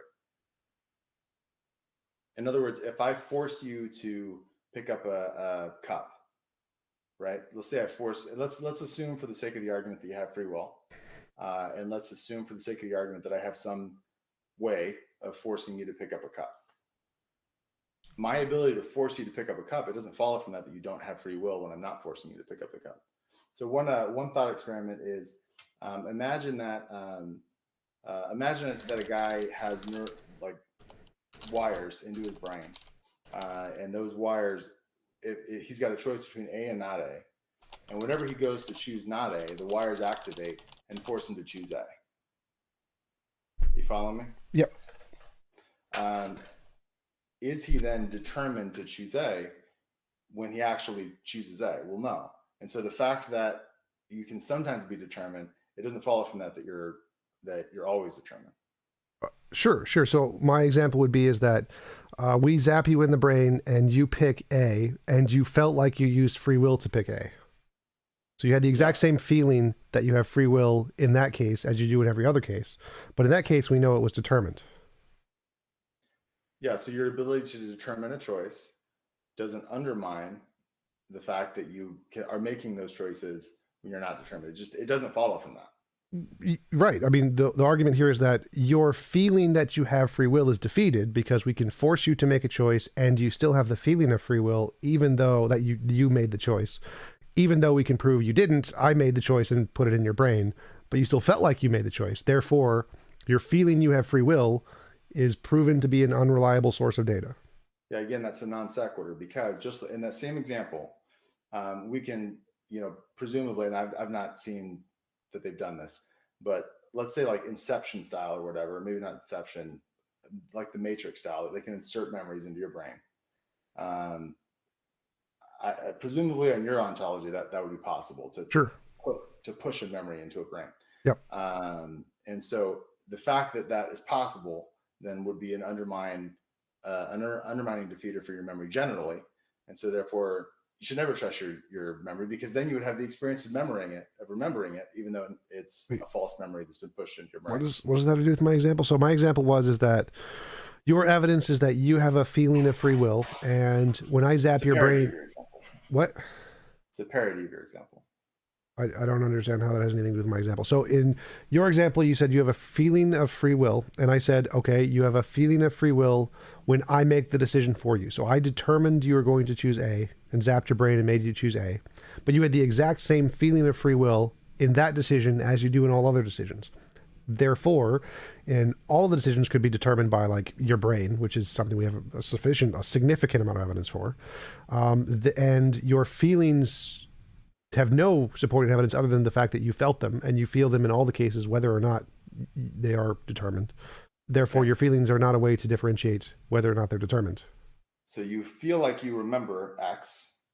You have this first person experience of remembering X. Sure. And that's the same first person experience of remembering X, even if I pushed X and you didn't actually remember X. You just have this first person experience of it that I've pushed into your brain. That wouldn't undermine all memory. And in the same way, you pushing X into the free will doesn't undermine all free will. Or it would actually, if you could literally insert memories, that would undermine all memory, because you could just think that they're all just inserted by a demon that would undermine all memory. Yeah, well then again, like I'm not taking that route because that gets you into utter skepticism. Well, if you literally proved that there was someone who did that, yeah, that would mean that you shouldn't trust your memories, or you need some new way to differentiate the reasonable ones from the unreasonable ones. I would agree. Luckily we haven't gotten that defeater yet, but we have in your case. We have the defeater in your case. That's like, yeah. In your case, it would be like we've literally we've done that because you believe that it is scientifically possible to push memories into a brain, and so for all you know, that's exactly what's happening, and they're causing you not to remember it. Well, And again, so, I we mean, don't. again, the point is, it doesn't follow from this experience is fallible in one case to this experience is fallible generally. Um, that doesn't Right. follow logically, I and agree. so I'm not gonna buy with what you're selling. I Is I basically what it comes down agree. to.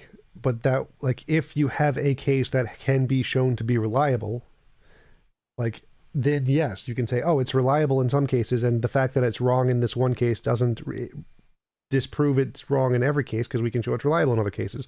But if the only case we can show it working, or the only case we can test it, it's wrong in all of the cases, then that's a good reason to not trust it. If there hasn't been some other way that's confirmed it in some other means to show it's right ever, then we should never trust it. In order to trust it, you would first have to provide some successful means that it's done these things, and then say, oh, I'm doing, my experience of this other thing is kind of like my experience of these other successful means. And so without these other successful means, it's not trustworthy. Yeah, I mean, that's like kind of a word salad there, but it's basically the same point. I mean, you're saying that if I can show in every case that I show that I can disprove it, that it's disproven, then therefore it's always disproven. Like, it just doesn't follow from that. I mean, presumably, on your view, you could watch the electrical activity of the brain and see it make the choice without being determined. In which case, I guess that's proof of free will, because it did it without being determined to do it.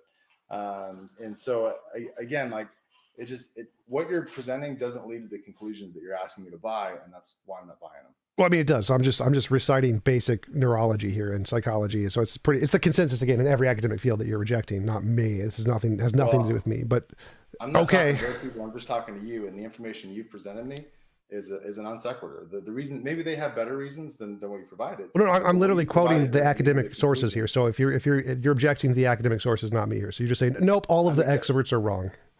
I'm objecting to the information you've presented, which are literally arguments used by the experts. The conclusions. They do. They literally do. So again, you're saying the experts are wrong when you're saying that. You're not saying I'm wrong, because I'm quoting them. Wrong. I mean, I'm disagreeing with you. I'm not talking to the experts. I'm quoting them. So if I say verbatim the same things they say, and you're saying, oh, your arguments don't lead to the conclusions, well, then you're saying the experts in the field, their arguments don't lead to the conclusions. Like, well, okay, if you say so.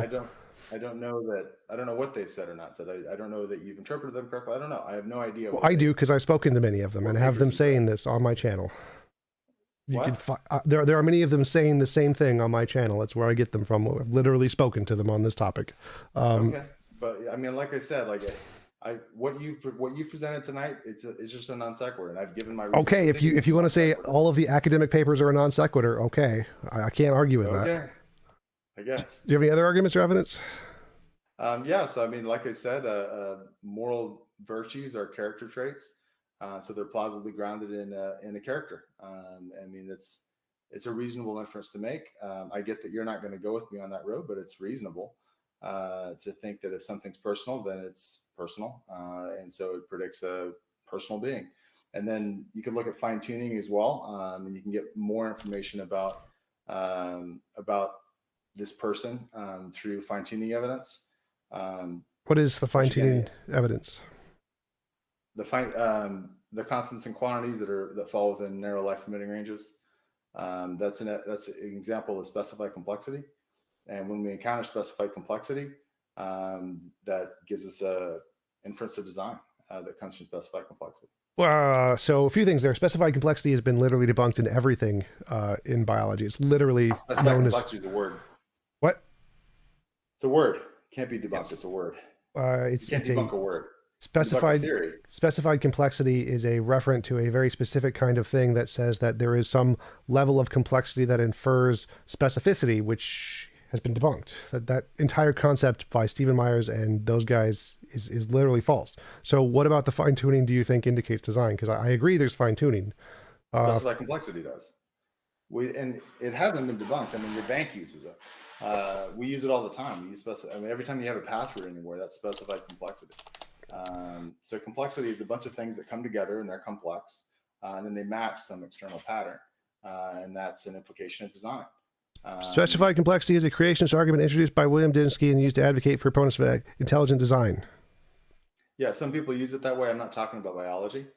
There are no other academic uses of this term. There's no bearing on how I'm using it right now. There are no other academic usages of the term. So what else? To refer to your bank account. My bank account. Yeah, you got a PIN number? It's 4 numbers? Sure. So it has complexity because it's like 1 in 10,000, right? Sure. And it's specific to the records that your bank has on file. And so your bank takes that specified complexity to imply that that it's you, that you put those numbers in. So every physical It's pattern not is just a specified. random 4 digits that somebody put in. So every physical pattern has specified complexity. I didn't say that. I said that when we find specified complexity, that it gives rise to a design inference, and we experience that um, all the time in our lives. Through passwords, like your bank account is an example, or I can give you another thought experiment that are examples. But I mean, I think you know what I mean by specified complexity. I I hope have you do. no idea what you mean by that. So to me, how is So like something what is is the complex. analogy between the constants of the universe and my bank account? So your bank account is an example of specified complexity. Something is complex if it's a bunch of things that are put together, makes it complex. Specified if it's specific to some external standard, like your bank's records of what your PIN is. Specified complexity.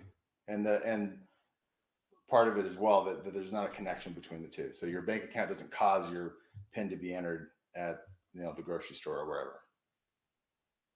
All right, I'm not following the connection to fine tuning here. So I agree that there is, if we changed any of the constants of physics slightly, then life wouldn't exist. I agree. That can be fully explained by a random process, a random selection factor, or it could be explained by determined physics. There's no evidence that indicates a designer. I don't see how you get to a designer from that. Well, so the problem with determined physics is that the fundamental laws, that they are fundamental. We don't have further laws beneath them that predict the constants and quantities that fall in those laws. So there's not like a law underneath the law of gravity that predicts the value of G. Well, every physicist disagrees with that one, but No, they don't. yeah, they do. Luke Barnes, for example, is a physicist who doesn't agree with that. I'm pretty sure he does. Like gravity is an emergent property of space-time bending. It's literally caused by space-time bending. There's no one thinks gravity is literally itself a fundamental force. It's like a thing caused by quantum Hilbert space field interactions.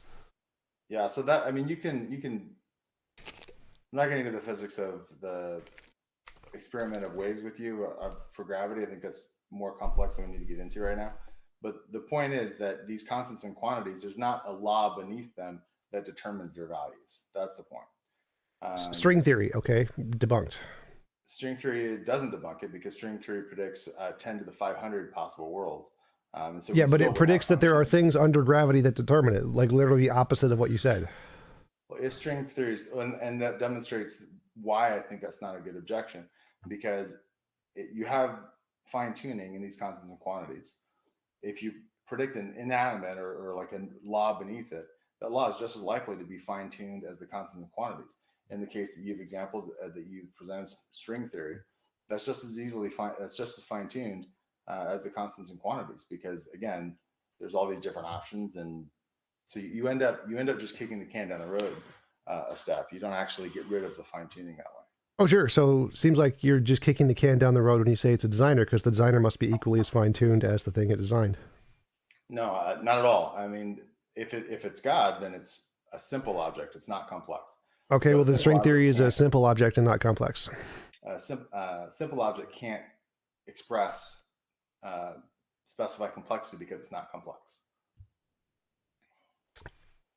Okay, that doesn't make any sense. But so yeah, we can say that there is a necessary physical field, and that's a far better explanation than a God because it's far simpler.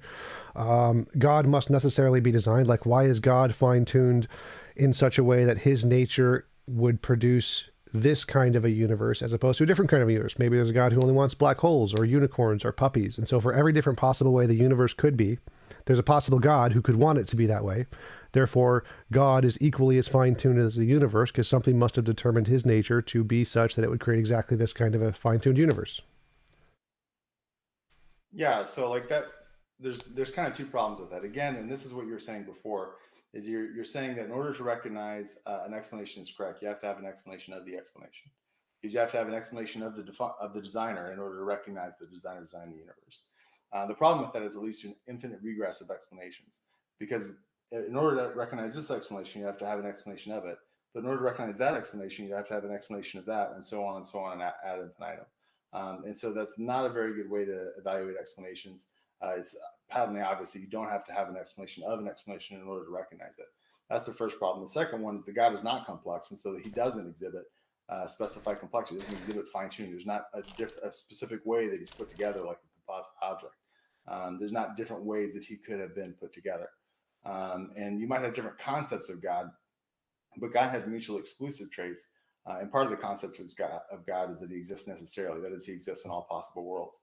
So there's literally not a different way that God could have been. Okay, so the first thing is you said that there are multiple ways it could be put together. So there's obviously multiple ways God could be put together. God could want a universe of only puppies. He didn't want that, so that's a different way God could be put together. That's not put together. That's having a different desire. Yes, so it has a property with a different variable. Things, the property, different variable. That's not fine tuning. Yes, it is. It's literally the same thing. So it's like saying gravitational constant could be greater or lesser. God could want more puppies or less puppies. Right, but so there's specified complexity where you've got like just the gravitation, you've got cosmological, you got all these different values, and they're complex. Like God's nature. God's nature is more complex than all of those things. Not at all. God's nature is simple. He's a simple object. I mean, there's not another way to explain it. He's not a composite object. He's not composed in a particular way. If he has one desire as opposed to another, that's literally God that you're objecting to is just not the concept of God of Christianity. So literally, your argument is defeated if there's a variation in the way God could be, just like there's a variation in the way the cosmological constant could be. So if God could want puppies and the cosmological constant could be greater, those are equivalent one-to-one correlations. There is a one-to-one correlation between those two things. So whether you call it whatever word you want to label it makes no difference. There is one value that leads to this universe and one value that leads to a different one universe. So those are exactly the same in levels of complexity.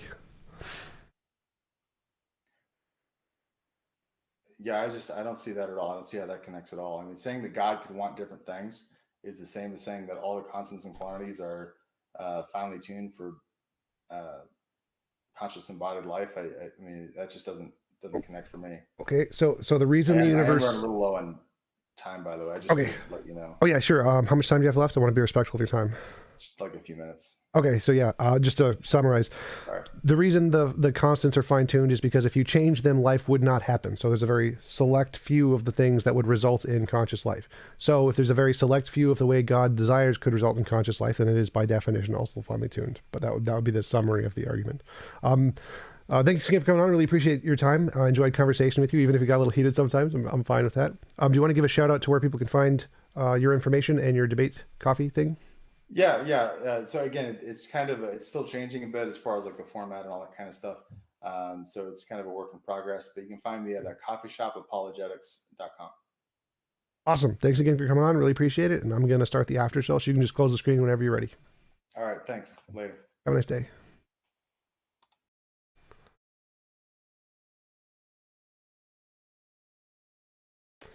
All right, guys, let's go to after show. Where should we do it? Which server?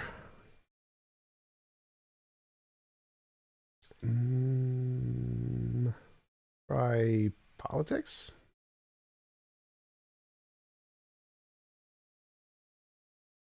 Check PNR too. See if anyone's in my room.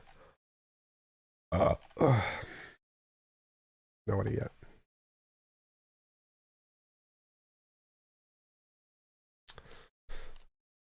Eyebrow mango.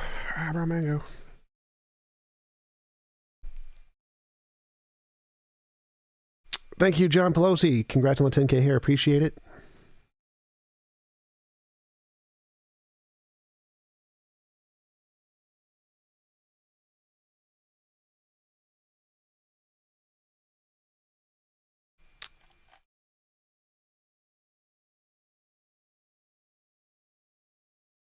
Hey, Frank, do you know how to do are you a mod in this one yet? No. No, I'm not. So I wish I could just add everyone like I do on our server, but you know who are? I think it's Taco, Scotty, Jack Burton, I think is Scotty. I need somebody who knows how to do the, what's it, like a announcement thingy. If you somehow figure out how to make me a mod, I could do that for you. Awesome. Canadian, do you know how to do announcements in this server? Can you do an announcement that I'm doing like an after show here? In this server? Yeah. What do you mean, like at everyone? I don't know if I have that power. Or I just tell a mod and have them post it because they usually are willing to do that. Say I'm, or I don't know. Just tag admins. Hi, TJump. Hey, how's it going, Lilith? You have a channel named. You have a whole like channel name. Who are you? I am a potato. Fair enough. Yes, I have a YouTube channel. Let me look at your YouTube to see. You remember you're a potato, or are you actually a potato? I'm actually a potato. I'm Can ontologically. you rationally prove that you're a potato? Yes. You don't Yes. just remember yourself being a potato. Thank you, Mr. Matt, for the super chat. Appreciate it. Yes, I can rationally prove I'm a potato because a potato is the greatest possible being, and I am the greatest possible being, and I exist in all possible worlds. Therefore, I'm a potato. He's a potato with pink hair. Yes. Potato with pink hair. Yep.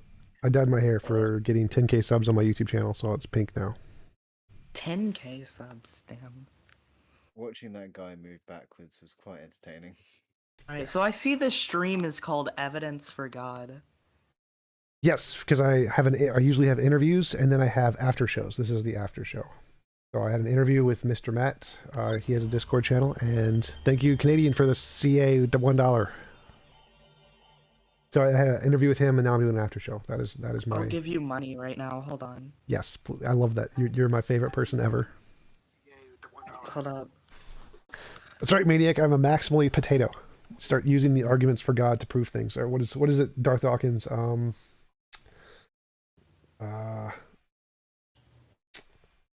The preconditions for intelligibility. You must presuppose a potato for the preconditions of intelligibility. Hey, Canadian, you got anything planned? Any interesting interviews coming up? Yeah, many. I have one tomorrow.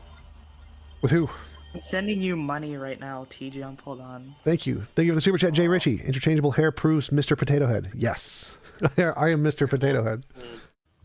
Probably one of the most famous apologists. Oh my god, they're making Mr. Potato Head gender neutral. This is the worst shit ever. Literally 1984.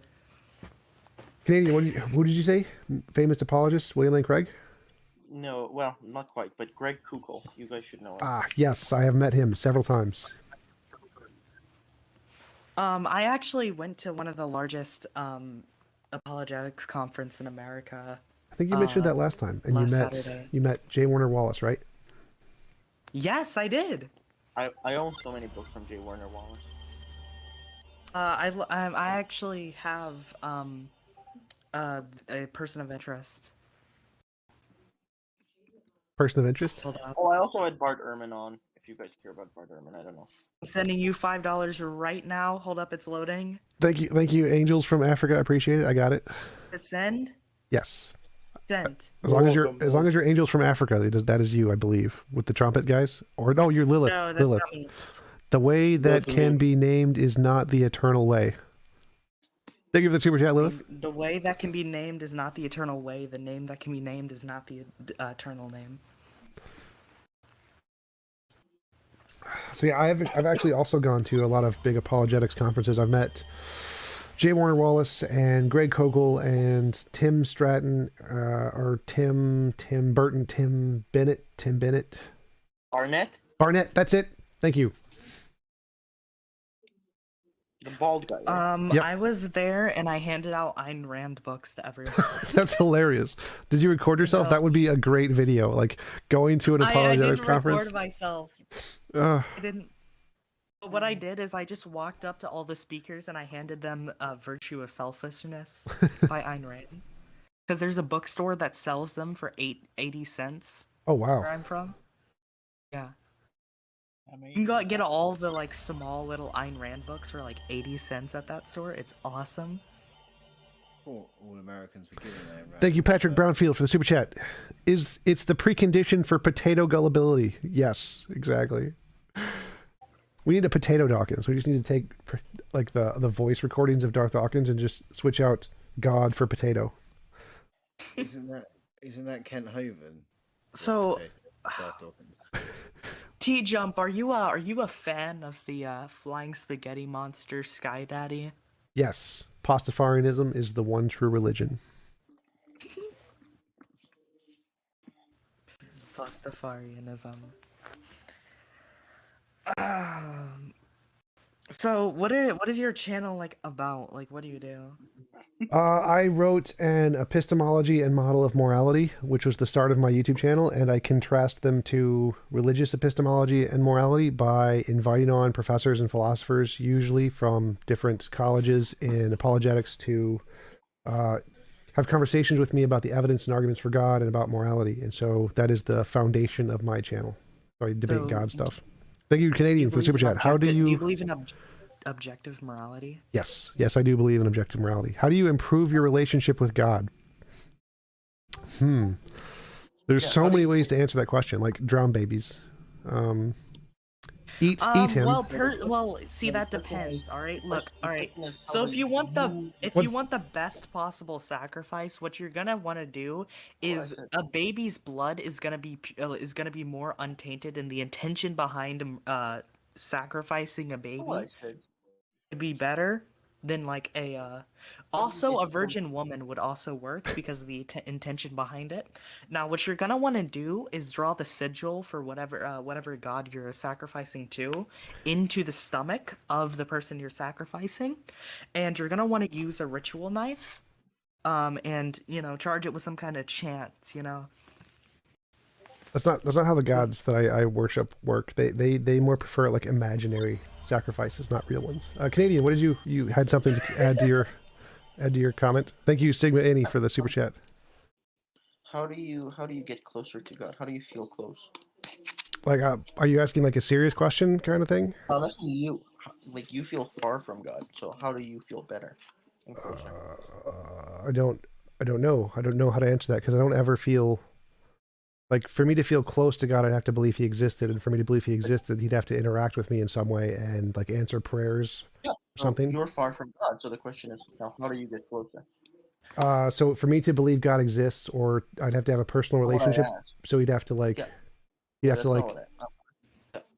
How do you improve your relationship? Your relationship is broken.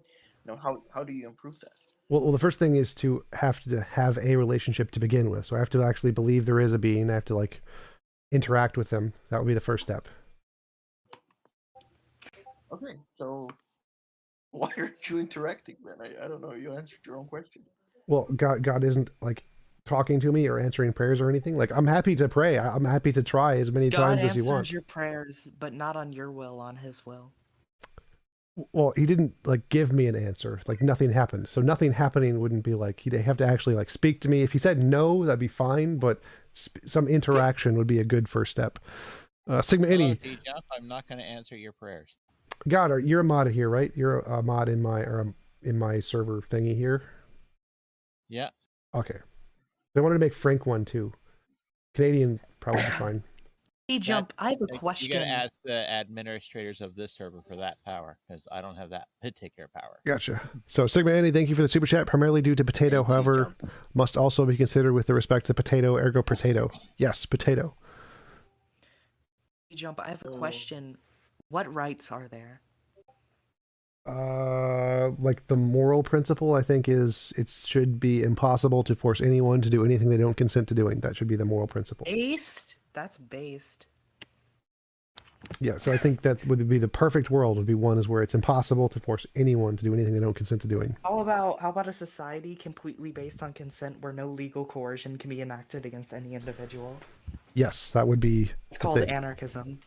Problem is, it's not pragmatic. So, like, if we enacted that, more people would die, and so there are justified immoral actions. Like, by definition, not true. Because if it's a society where no legal coercion can be enacted against any individual, that means that that would lessen in a pragmatic sense. That would because the idea would be to stop coercion, and murder would be less because the idea is to stop coercion, and you can achieve this through a private law society. Well, we had those, and then the guy with the biggest stick started to kill everyone and take everything. That's kind of how most of human the good old society. warlords will take over argument. Because He's doing the meme, guys. that's kind of how history worked for the first 2 million years of human history. There's never been a private law society before. No, me and my gay husband will be able to grow weed and we'll be able to fuck each other and have guns and it all will be. No. Got his ass muted. So like actually, like my what do you my mean dad by was you said we've tough. never had a private authority society, private law society. So like what would that be? How is that different from, for example, tribes, American Indian tribes or pygmy tribes? Right, I can run you through the process. Sure. All right, so basically, we have let's say we have a dispute between me and you, right? Yeah. Say, you know, I was supposed to do this for you, I didn't. We had a contract, I violated it. I say I didn't. You know, dispute, right? So we try to solve the issue, can't solve it. So we try to get a mediator for this issue. All right. So we both find a mediator. All right. I give you a list of 20 well-known mediators that have a reputation of being fair and objective, and we pick from the list. Okay? Wait, what if we don't agree on pick from the mediators? list, we get a mediator. What if we don't agree on All right. mediators? What? What if we don't agree on mediators? So if you provide mediators, I say I don't want any of those. Sure, Yo. okay. Well, then that would be then you just wouldn't be able to represent. Okay. So if you publicly make a all right. So if you say, right, no, I don't agree to this mediator. Then if I go to so it depends. Are we having a situation? You want a situation where legal action should be taken, or a situation where you just want a problem resolved? I have no idea. I'm asking questions about your model. So I'm thinking about. Let's to go further into this. Thank you for the super chat, let's, Patrick Brownfield. This bald guy lolls at your quote from Kings. I love it. Yes. Second Kings 2:24. A much better scenario for this is say all right, say a person murdered somebody else. So one guy murdered somebody else. The other family's like, this guy murdered you. How do they do that? How do they deal with that? So say like I'm gonna start with theft real quick. All right, say you steal from me, right? Okay. Right, I don't you know, I have a pretty good idea that it's you because I wasn't able to catch you myself, but I saw you like running away with the TV and I'm pretty sure it's you. So I march down to your house and I say, I saw you stealing that TV, and then I see the TV in there and you obviously are gonna deny it. You're like, no man, I got this 3 months ago, blah, blah, blah, make up excuses, blah. So we have to get it. So I have to get a resolution. So I try to find a judge, right? So I make an accusation towards you. I give you a list of 20 judges, and I say, if you're so confident that you didn't steal my TV, prove it to a reputable judge. Here's a list of 20 reputable judges within a 15-minute driving radius. So I reject all the judges. Now what? Say you say no. Okay, sure. Say you say no.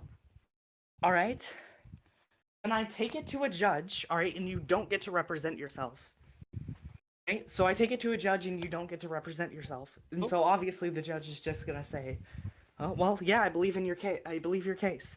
So I then take that whatever paper thing statement by the reputable judge, and I go and take it to a security agency, or like basically like a security agency to be able to go retrieve the TV for me.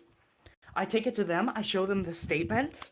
They go into your house and retrieve the TV and give it back to me. How is this different from American Indian societies? Because that's exactly what they did. They had the tribe of elders who were the judges, and if you had a dispute, you went to the tribe of elders and pleaded your case, and if you lost the case, they'd send the warriors to take your TV. Hey, TJump, can I ask you something? I gotta go. Yeah, go ahead. Hey, go ahead, TJump. Mango. How's it going? Do you believe in global warming? Yes. So if global warming exists, why do banks offer 30-year mortgages? Because If we all global know warming. that the Wait, we all know that it's a legitimate we all question, know but that the globe is going to end according to global Possibly warming. the most brainless question I've ever heard. well, no, it's a completely legitimate question. Hold up. So like No, it's actually a valid question in a so way. like global warming will not end the world in 30 years. Therefore, it's perfectly legitimate to offer 30-year loans because it'll be longer than 30 years before the world ends. According to many global warming activists, Name one. They claim that the Earth has only a few years left. Name one. Wait, no, that's fine. Wait, hold up. So banks don't make decisions based off. Hold up.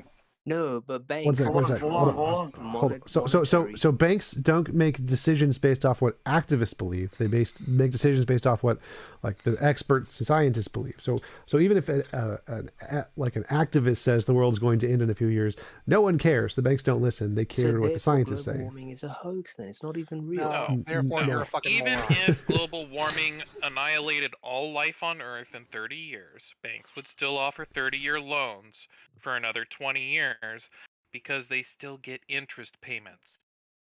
It's the biggest bull crap ever. No, they would still do it because they'd still make money. How are you still this fucking stupid? Up until people stop buying houses. All right. Global warming exists, and the solution is privatization.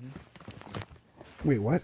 Apparently, the answer to global warming is banks. Okay, look, I want to touch on another point before I go. TJump, is science based on making a statement and then trying to prove that that statement is not false? Usually it's the other way around. So people make a statement and then try to disprove it. That's exactly what I just said. Well, you said prove it's not false. So proving it's not false will be proving it's true. No, they make a statement and try to prove it false. And that's... No, they don't. They make a statement trying to see whether or not this is not false. No. Well, yeah, they run a bunch of tests to try to falsify it, and if it comes back not falsified, that means it's it's proven. Right. It's a So stronger idea. Well, it's empirically quote unquote proven, but you can't know truth. They begin with a false statement. They begin with a false statement. No, they begin with a statement. Wait, they begin with a false statement. So like 1 + 1 = 7? Because they have no evidence to support. That doesn't make it false. Wait, hold up. No, I can go. Look, if I say, all right, so say I'm back in like the in like BC, all right, and everyone thinks that the Earth is flat, right? And I say it's round. I have no proof that it's round, but I say it's. Did she leave? Oh, right. I'm right here. Look, No, it's not a you. false statement. It's a false Can I- statement. I ask If you a don't question? have evidence, it's a false statement. Yes, the guy who wanted to ask a question. What question did you want to ask? Yeah, I was just wondering, like, with your moral view, like, how do you get around like the is-ought problem? There are no oughts. Problem solved. But like, aren't moral statements oughts though? You're No. saying the world ought to be this way. No. So there's hypothetical oughts and categorical oughts. Categorical oughts are saying that there's some force in the universe that we ought to do something. That's not the case. Hypothetical oughts are once we know something is moral, then we humans say we ought to do it. But the oughts have nothing to do with morality. So we can prove that oughts have nothing to do with morality. They're not in the morality itself, because you can ask, is something moral because you ought to do it, or ought you do it because it's moral? And try to answer that for yourself if you want. Hey, TJump, is it possible to manipulate DNA in order to support false evidence, false arguments, false statements? Yes. Like, we have So court if you cases want- on this if all the somebody time. wanted- If I'm somebody wanted to, back. if somebody wanted to prove that evolution, quote unquote, evolution existed, and they manipulated DNA in order to falsify the existence of evolution, is that possible? Is it possible to manipulate DNA to falsify the evidence of evolution? No, peer review. Probably not, because that would involve a multinational conspiracy on a scale we've never seen. and For the ability 100 of years. humans to pull that We've done it off is before. vanishingly small. We've done it before. Hello, TJump. This is Agent here. What's up? Hey, how's it going? My favorite argument against conspiracies of that magnitude is Bill Clinton. We can't keep a blowjob between two people secret. So because my God. listen, all of TJump my thinks that a finite- quote unquote conspiracies come from the central bank. This guy watches Federal Reserve? TJump believes that a finite limited. Do you believe Question, in a TJ. Yeah, go do for you it. believe What do you in a define finite as a limited- god? What do I basically, in your mind? define as a god? I define a god as a non-physical mind that created everything else, essentially. So it could basically mean it's an entity, consequence, person, conscience, or literally an event that you can call God that or makes our reality. No, a What if the conscious, whole a universe non. is God? Well, I said so. It's a non-physical consciousness, so it has to have a conscious experience, a qualia, and it created everything else. It can't just be an Quick event. question: why does this have to be non-conscious, basically? Well, you asked what I define as a god, so I define a god as having consciousness. Okay, so my follow-up question after that is, so basically, with knowledge and with scientific finding, basically through time, we can pretty much achieve anything right now. No, but go ahead. Well, I mean, with a proper amount of time, you could fabricate technology or the understanding of our reality. Like that's our purpose, if you want. Like just to give knowledge to the next generation. Like It's not our purpose. intelligence is a byproduct of giving off knowledge. I mean, I could give myself that purpose. I don't understand what you're saying here. So even if we have technology in the future, we could do almost everything. That doesn't mean we couldn't create a god, because we'd have to create something that created us. No, I'm not talking about creating a god yet. Like I'm just talking about with time and technology and understanding of our reality, we could basically saturate the point of knowledge. What does that mean? Saturate a point of knowledge. Saturate the point of knowledge is where there's an event or entity or consciousness that basically understands the whole fabric of reality, because that's the purpose of knowledge. Understand our reality, how it works. Sort of. So we can get to a point where we know most things. I don't think we'll be able to solve Gödel's incompleteness theorem in that way, but sure. Let's go with that. I mean, like 100 years back, just Well, saying yes. that So we're I gonna agree. I populate agree. Mars was like unconventional. I agree. Knowledge is increasing. Yes, our scope of knowledge is increasing. TJump, you said that obviously science has difficulty trying to explain the origins of existence. No, it doesn't have it doesn't have a problem. What I'm trying to say, basically, because He wasn't talking really my about. first language. Well, he wasn't referring to what you were saying. He was bringing up a different point. Yeah, so science has difficulty trying to explain the existence of the Big Bang, the origin of origins everything. existence. If we were able to explain the origins of existence, what do you think is going to happen next? Well, it's not to find out the origin of existence. It's just to understand how our reality works right now. I'm not responding to you. Physics. Who the hell's asking you? So like once we My get question was on that. Sorry. so once we explain the origin of reality, that doesn't make a difference to what happens next. Like it's not going to change anything about what happens next. Or do you mean because afterlife? What happens next is you try to be like the creator, and What? you try to alter reality. What are you smoking, my friend? A lot, bro. Me, a lot, but I mean, if you look at the way babies are being born, the division that the scientists have for the ways in which babies are born. No. Can you stop interrupting me? No. Anybody else have any questions? I got one and a follow up. Yeah, because I got a follow up on like my train of thought. Deuces, I think Deuces had a question. He hasn't had a chance yet. Go ahead. The other day, I think it was like 4 days ago, you were talking to a guy about evidence for God, and I caught the end of it. you guys were talking about. He was saying, "Would you believe in a God if some miraculous thing?" And you said, "No, it'd have to be repeatable." Yep. So, supposing somebody was able to demonstrate a repeatable miracle to you, how would that change your beliefs on the matter? That would be evidence towards whatever god they used or thing they used to do the miracles. Now, that doesn't mean that you would adopt the entire religion wholesale, though, right? Yeah. So like you could prove the Christian God existed, but I wouldn't worship the Christian God because he's a mass murderer. So I'd believe he existed if you proved he existed, but I wouldn't worship him. So I guess the follow-up is, supposing that this God could be demonstrated to exist using that criteria, is there anything that would make you go even further and accept the whole thing? If he created the best of all possible worlds, be about it. TJump, I have a question about that.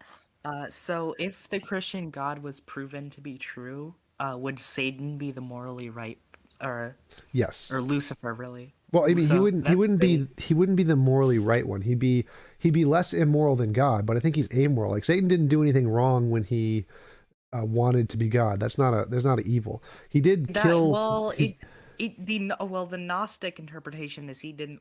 It's not that he wanted to be God; is that he wanted to overthrow the immoral authority of God, because he saw what he was doing as wrong. Yeah, so maybe that could be the case. So if that was the case, then maybe he would be moral as long as he didn't do the whole thing to Job's family, because that's immoral. Because that's in the Bible. I think that's the only immoral thing that Satan That was did. actually Satan, not Lucifer. Sorry, I meant to say Lucifer. So Lucifer, the Prince of Pride. Sure. Is your real last name Jump? Yes. You were actually born with a name like Tom Jump. Yep. Hey Tom, Hey, I got a question for you, man. TJump, I have a question. Mango, Oh, you've sorry, already I had think I like 6 interrupted turns. So Angels, did you have a question? Yeah. Hey, I just wanted to say I'm a big fan of your channel, man. Thanks, appreciate for, it. the content. So I had a argument earlier today on the server about the definition of atheism, and someone was trying to convince me that atheism is the position or the belief that there are no gods, and they referred me to a site on the Stanford Encyclopedia of Philosophy. Yep. Where it defines atheism as Yeah, that's in philosophy. God does not exist. Yeah, in philosophy, the term atheism means God does not exist. So in the academic philosophy, they usually use atheism to mean that predominantly. In colloquial language, people use it to mean a lack of belief in God. Okay, Right. so I was just confused about that because I mean, what's the Hold up! Don't interrupt. Go ahead, so Angels. it's one of those words that's like versatile, like it can have different meanings and still be correct.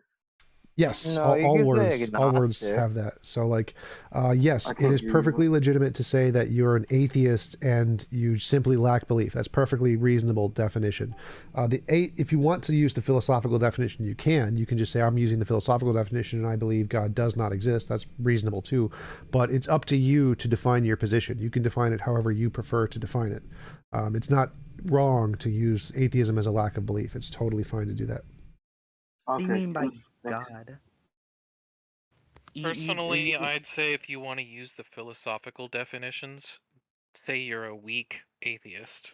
That would not be a philosophical definition, because weak and That strong doesn't atheism is a very minority position. The weak strong, that's a few philosophers have used that, but it's not like a well accepted distinction. Just use the word agnostic. Simple. TJump. So you're an atheist, right? Not an agnostic. Yep.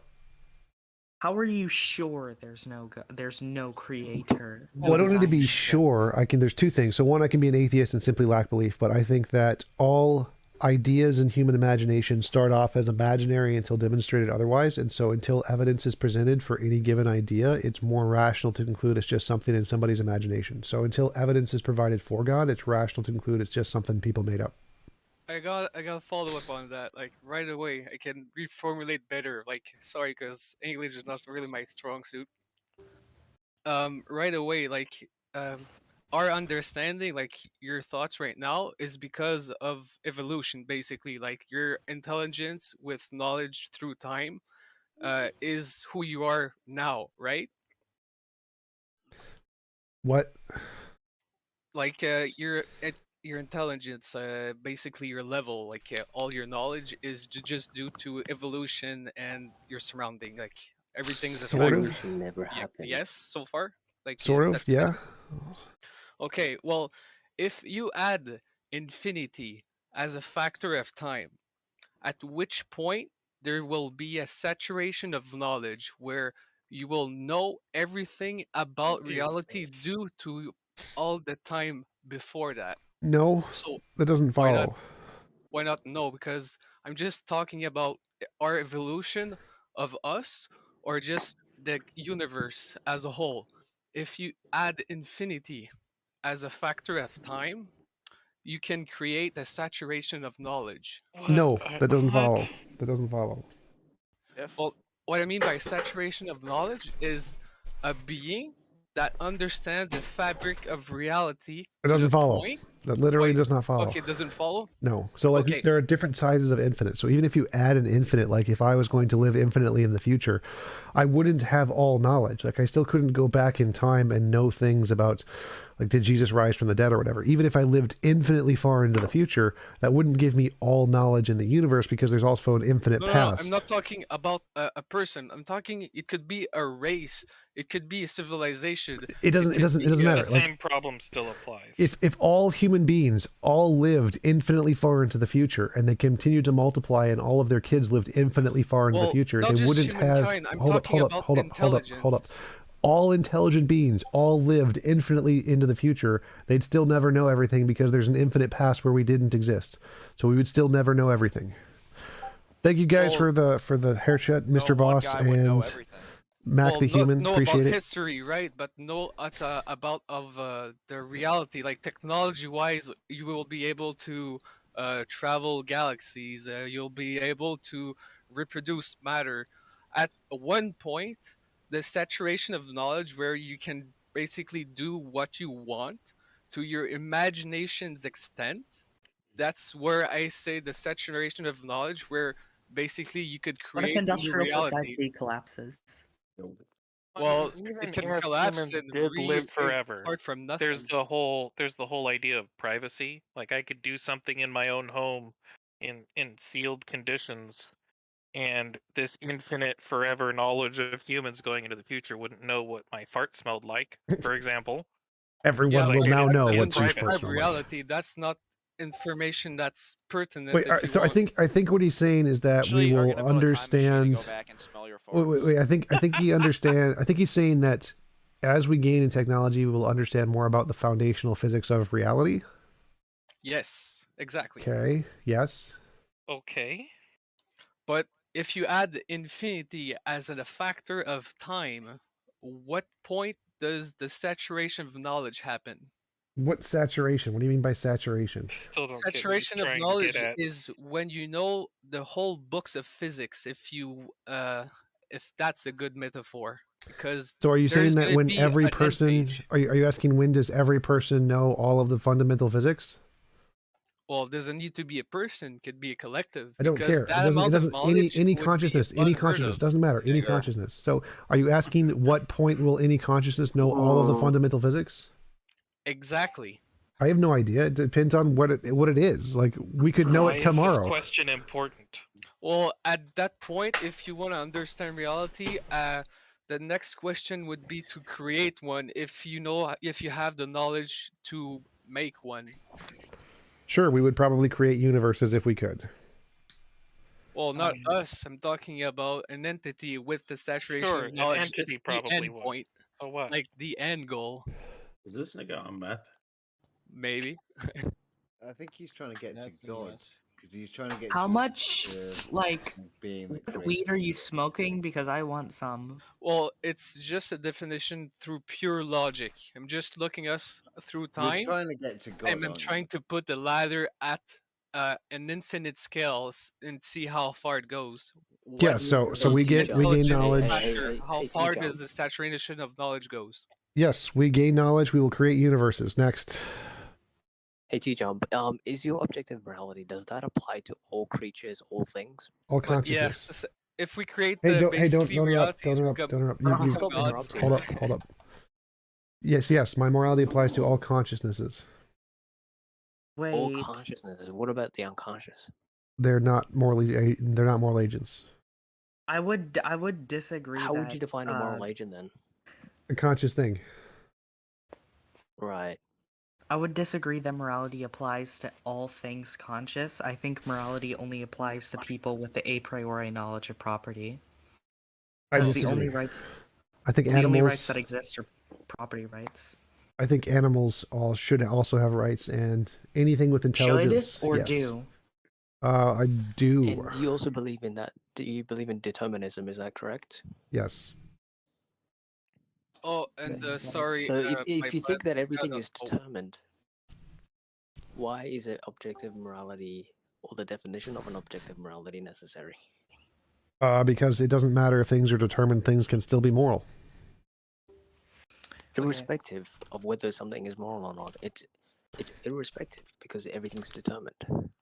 No, because my definition of moral doesn't matter if things are determined. Like, I think that the perfect moral universe is a world where it's impossible to force anyone to do anything they don't consent to doing. It doesn't matter if people are like, if I'm determined to like chocolate ice cream, that's fine. To that conclusion? That goes against your fundamental principles. No, it doesn't.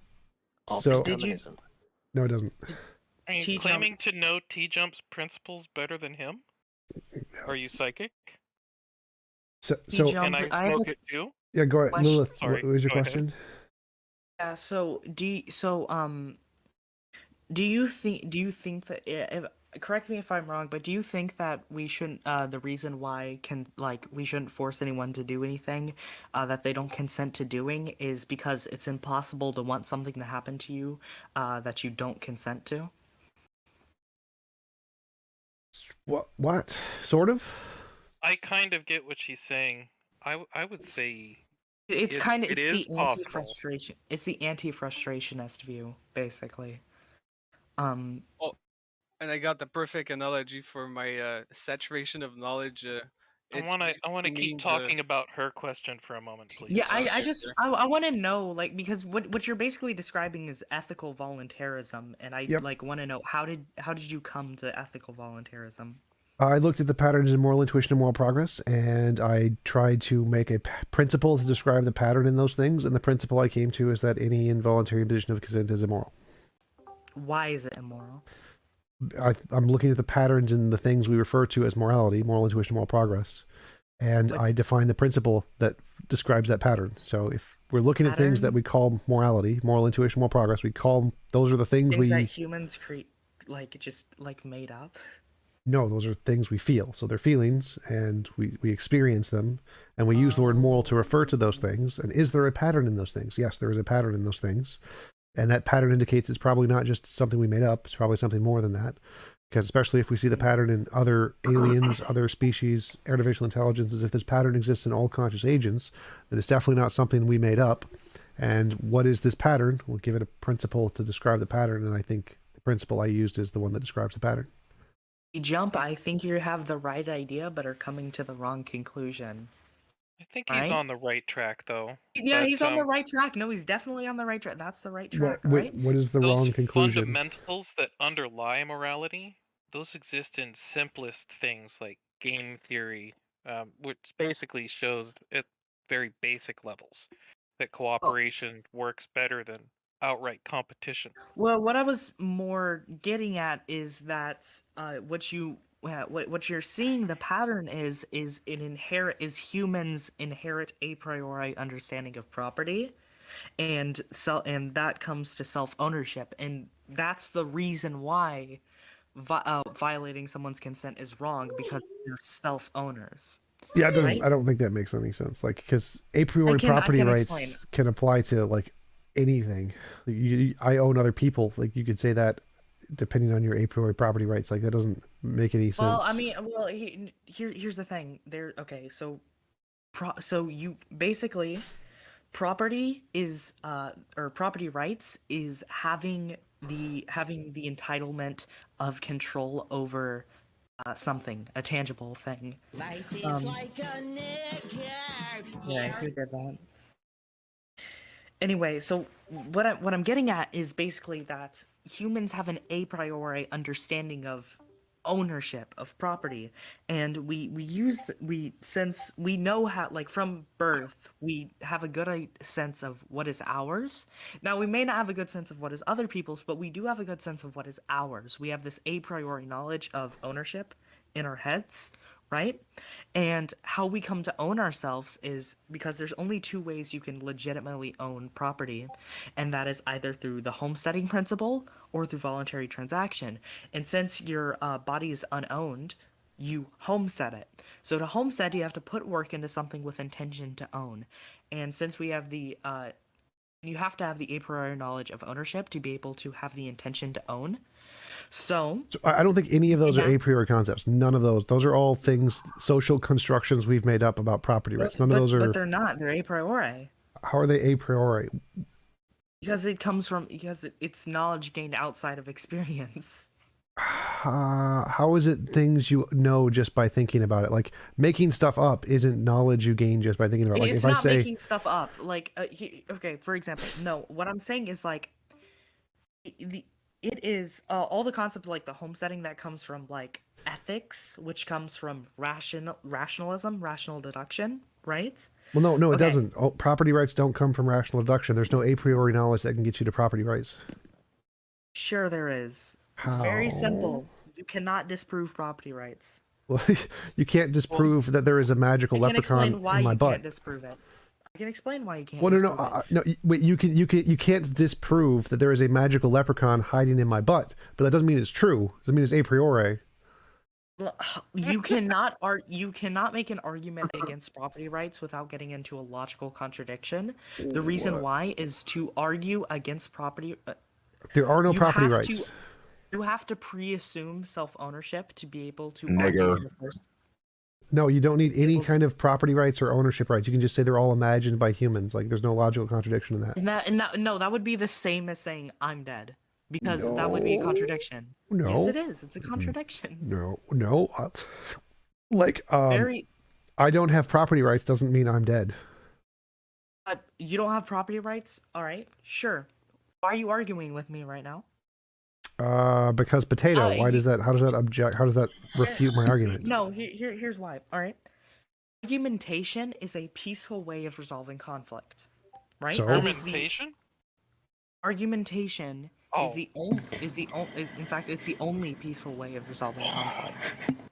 Really? You aren't saying okay, I'll argue with you for 5 minutes, but then I'm gonna kill you. No, we're arguing because that would be a threat. That wouldn't be an argument. Wait, I'm lost. I'm totally lost here. So you said arguments against property rights entail a logical contradiction, something like that, right? Yes, I'm getting. Like, this is a concept called argumentation ethics, proposed by a man named Hans Hermann Hoppe. Yeah, but how does it entail that if I say there are no property rights or property rights are just an invention of the mind, how does that... I was getting to that. So Okay. basically, so it starts with argumentation is a peaceful way of resolving conflict. So, all right, you are immediately, by engaging in an argument, you are choosing the preference for peace immediately, right? So, I wouldn't go that far. I've been outside of bars. Okay, but like, if you're not threatening someone, if you're not being violent, you're choosing a preference for peace. So you are pre-assuming that person's right not to be harmed, right? And that pre-assumes they have to own themselves to be able to do that. And the reason why here is because everyone has a concept of property, all right? Communists have a concept of property, fascists have a concept of property, even thieves, robbers have a concept of property. For example, a thief would say, like, their concept of property, their theory is that the property should be mine. It should be mine. Now, that's not saying they don't believe in property, they just think it should be theirs. They think they should have governance over it, right? It's a theory, it's a crummy theory, but it is a theory. So innately, we all believe in we Well, all have this you belief having in- a theory doesn't mean we all innately have this. So that there's a disconnect. Like you having a No, theory and doesn't. no. Everyone has a theory of property. Everyone has a theory of property. No, that doesn't. Even if everyone had a theory of property, again, that doesn't show that it's a priori or that it's true. Okay, well, you can't. Okay, I'm gonna go through why you can't disprove it then if you don't believe that. All right. So, Well, I mean, why? Even if I couldn't disprove it, the fact that I can't disprove something isn't evidence it's true. by arguing, you pre-assume property rights. That's the point. Well, Like you okay. pre-assume it. You are How does arguing pre-assume property rights?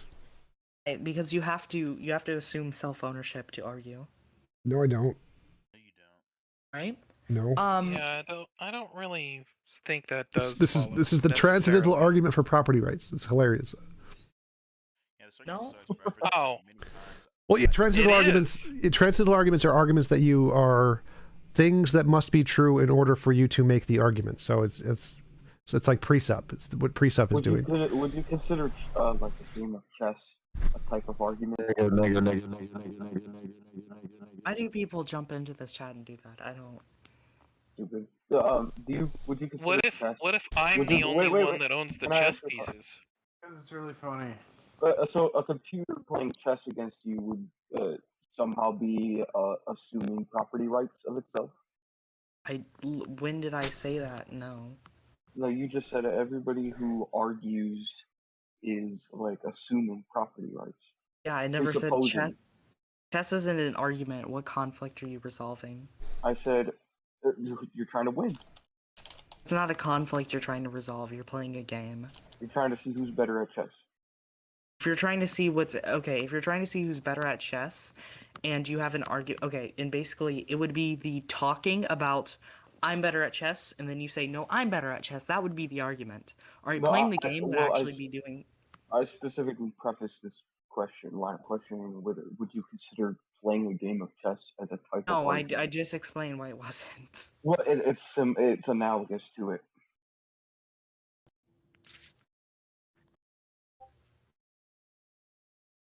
But a computer can't presuppose ownership of itself. No, but you're not having an argument with a computer. It's analogous to an argument.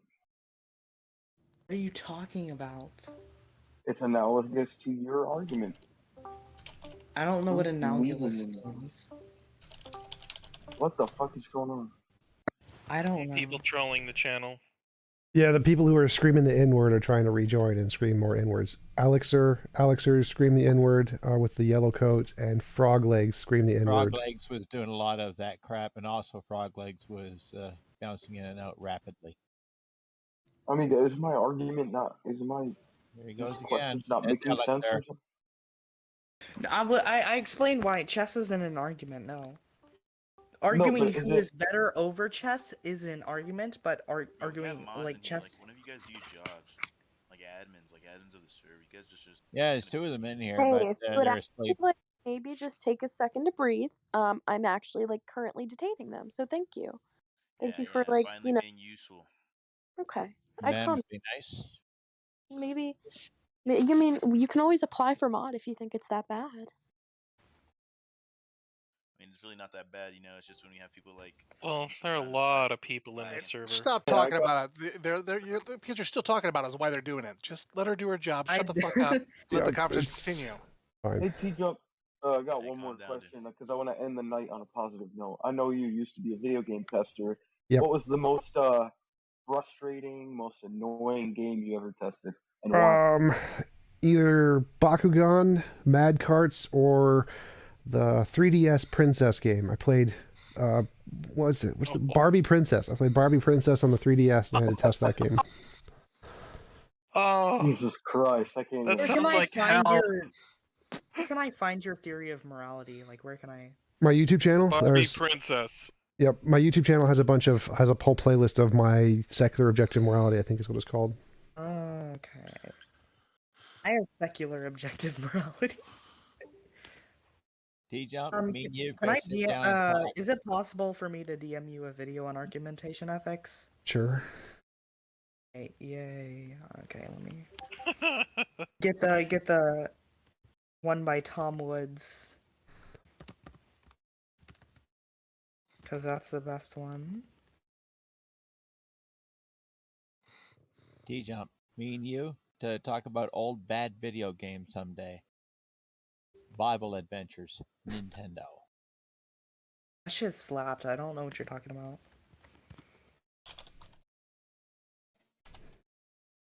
Here you go. Yeah, it's the Bible. That's Yo, Carpy Cat, you it's here? God.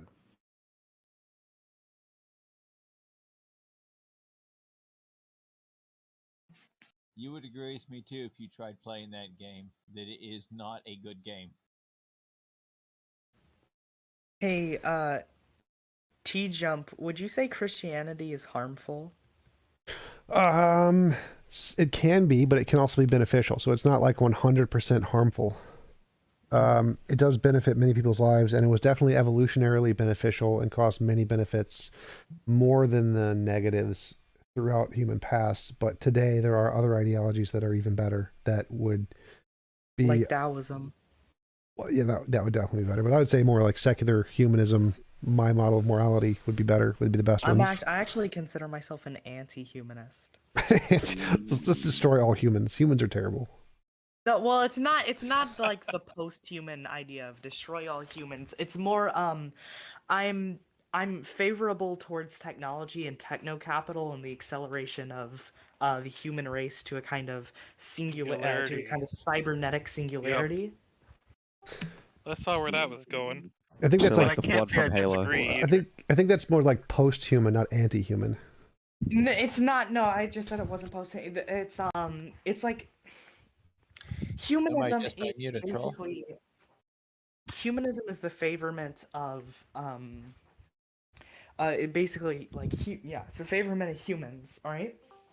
Well, I think most humanists would also include if we gained the ability to add technology to ourselves, since they're still human consciousnesses, we'd still value them. So I don't think it's specifically like humanism would grant that any alien species with intelligence, we'd also grant them value, or any animal that gained in human level intelligence, we'd grant them value. So humanism is more about granting value to anything that has human level intelligence or above. So humans are like the starting point. Humans are actually bad. They're a problem, right? I think we need to completely become a new species. So you are pro getting rid of all humans.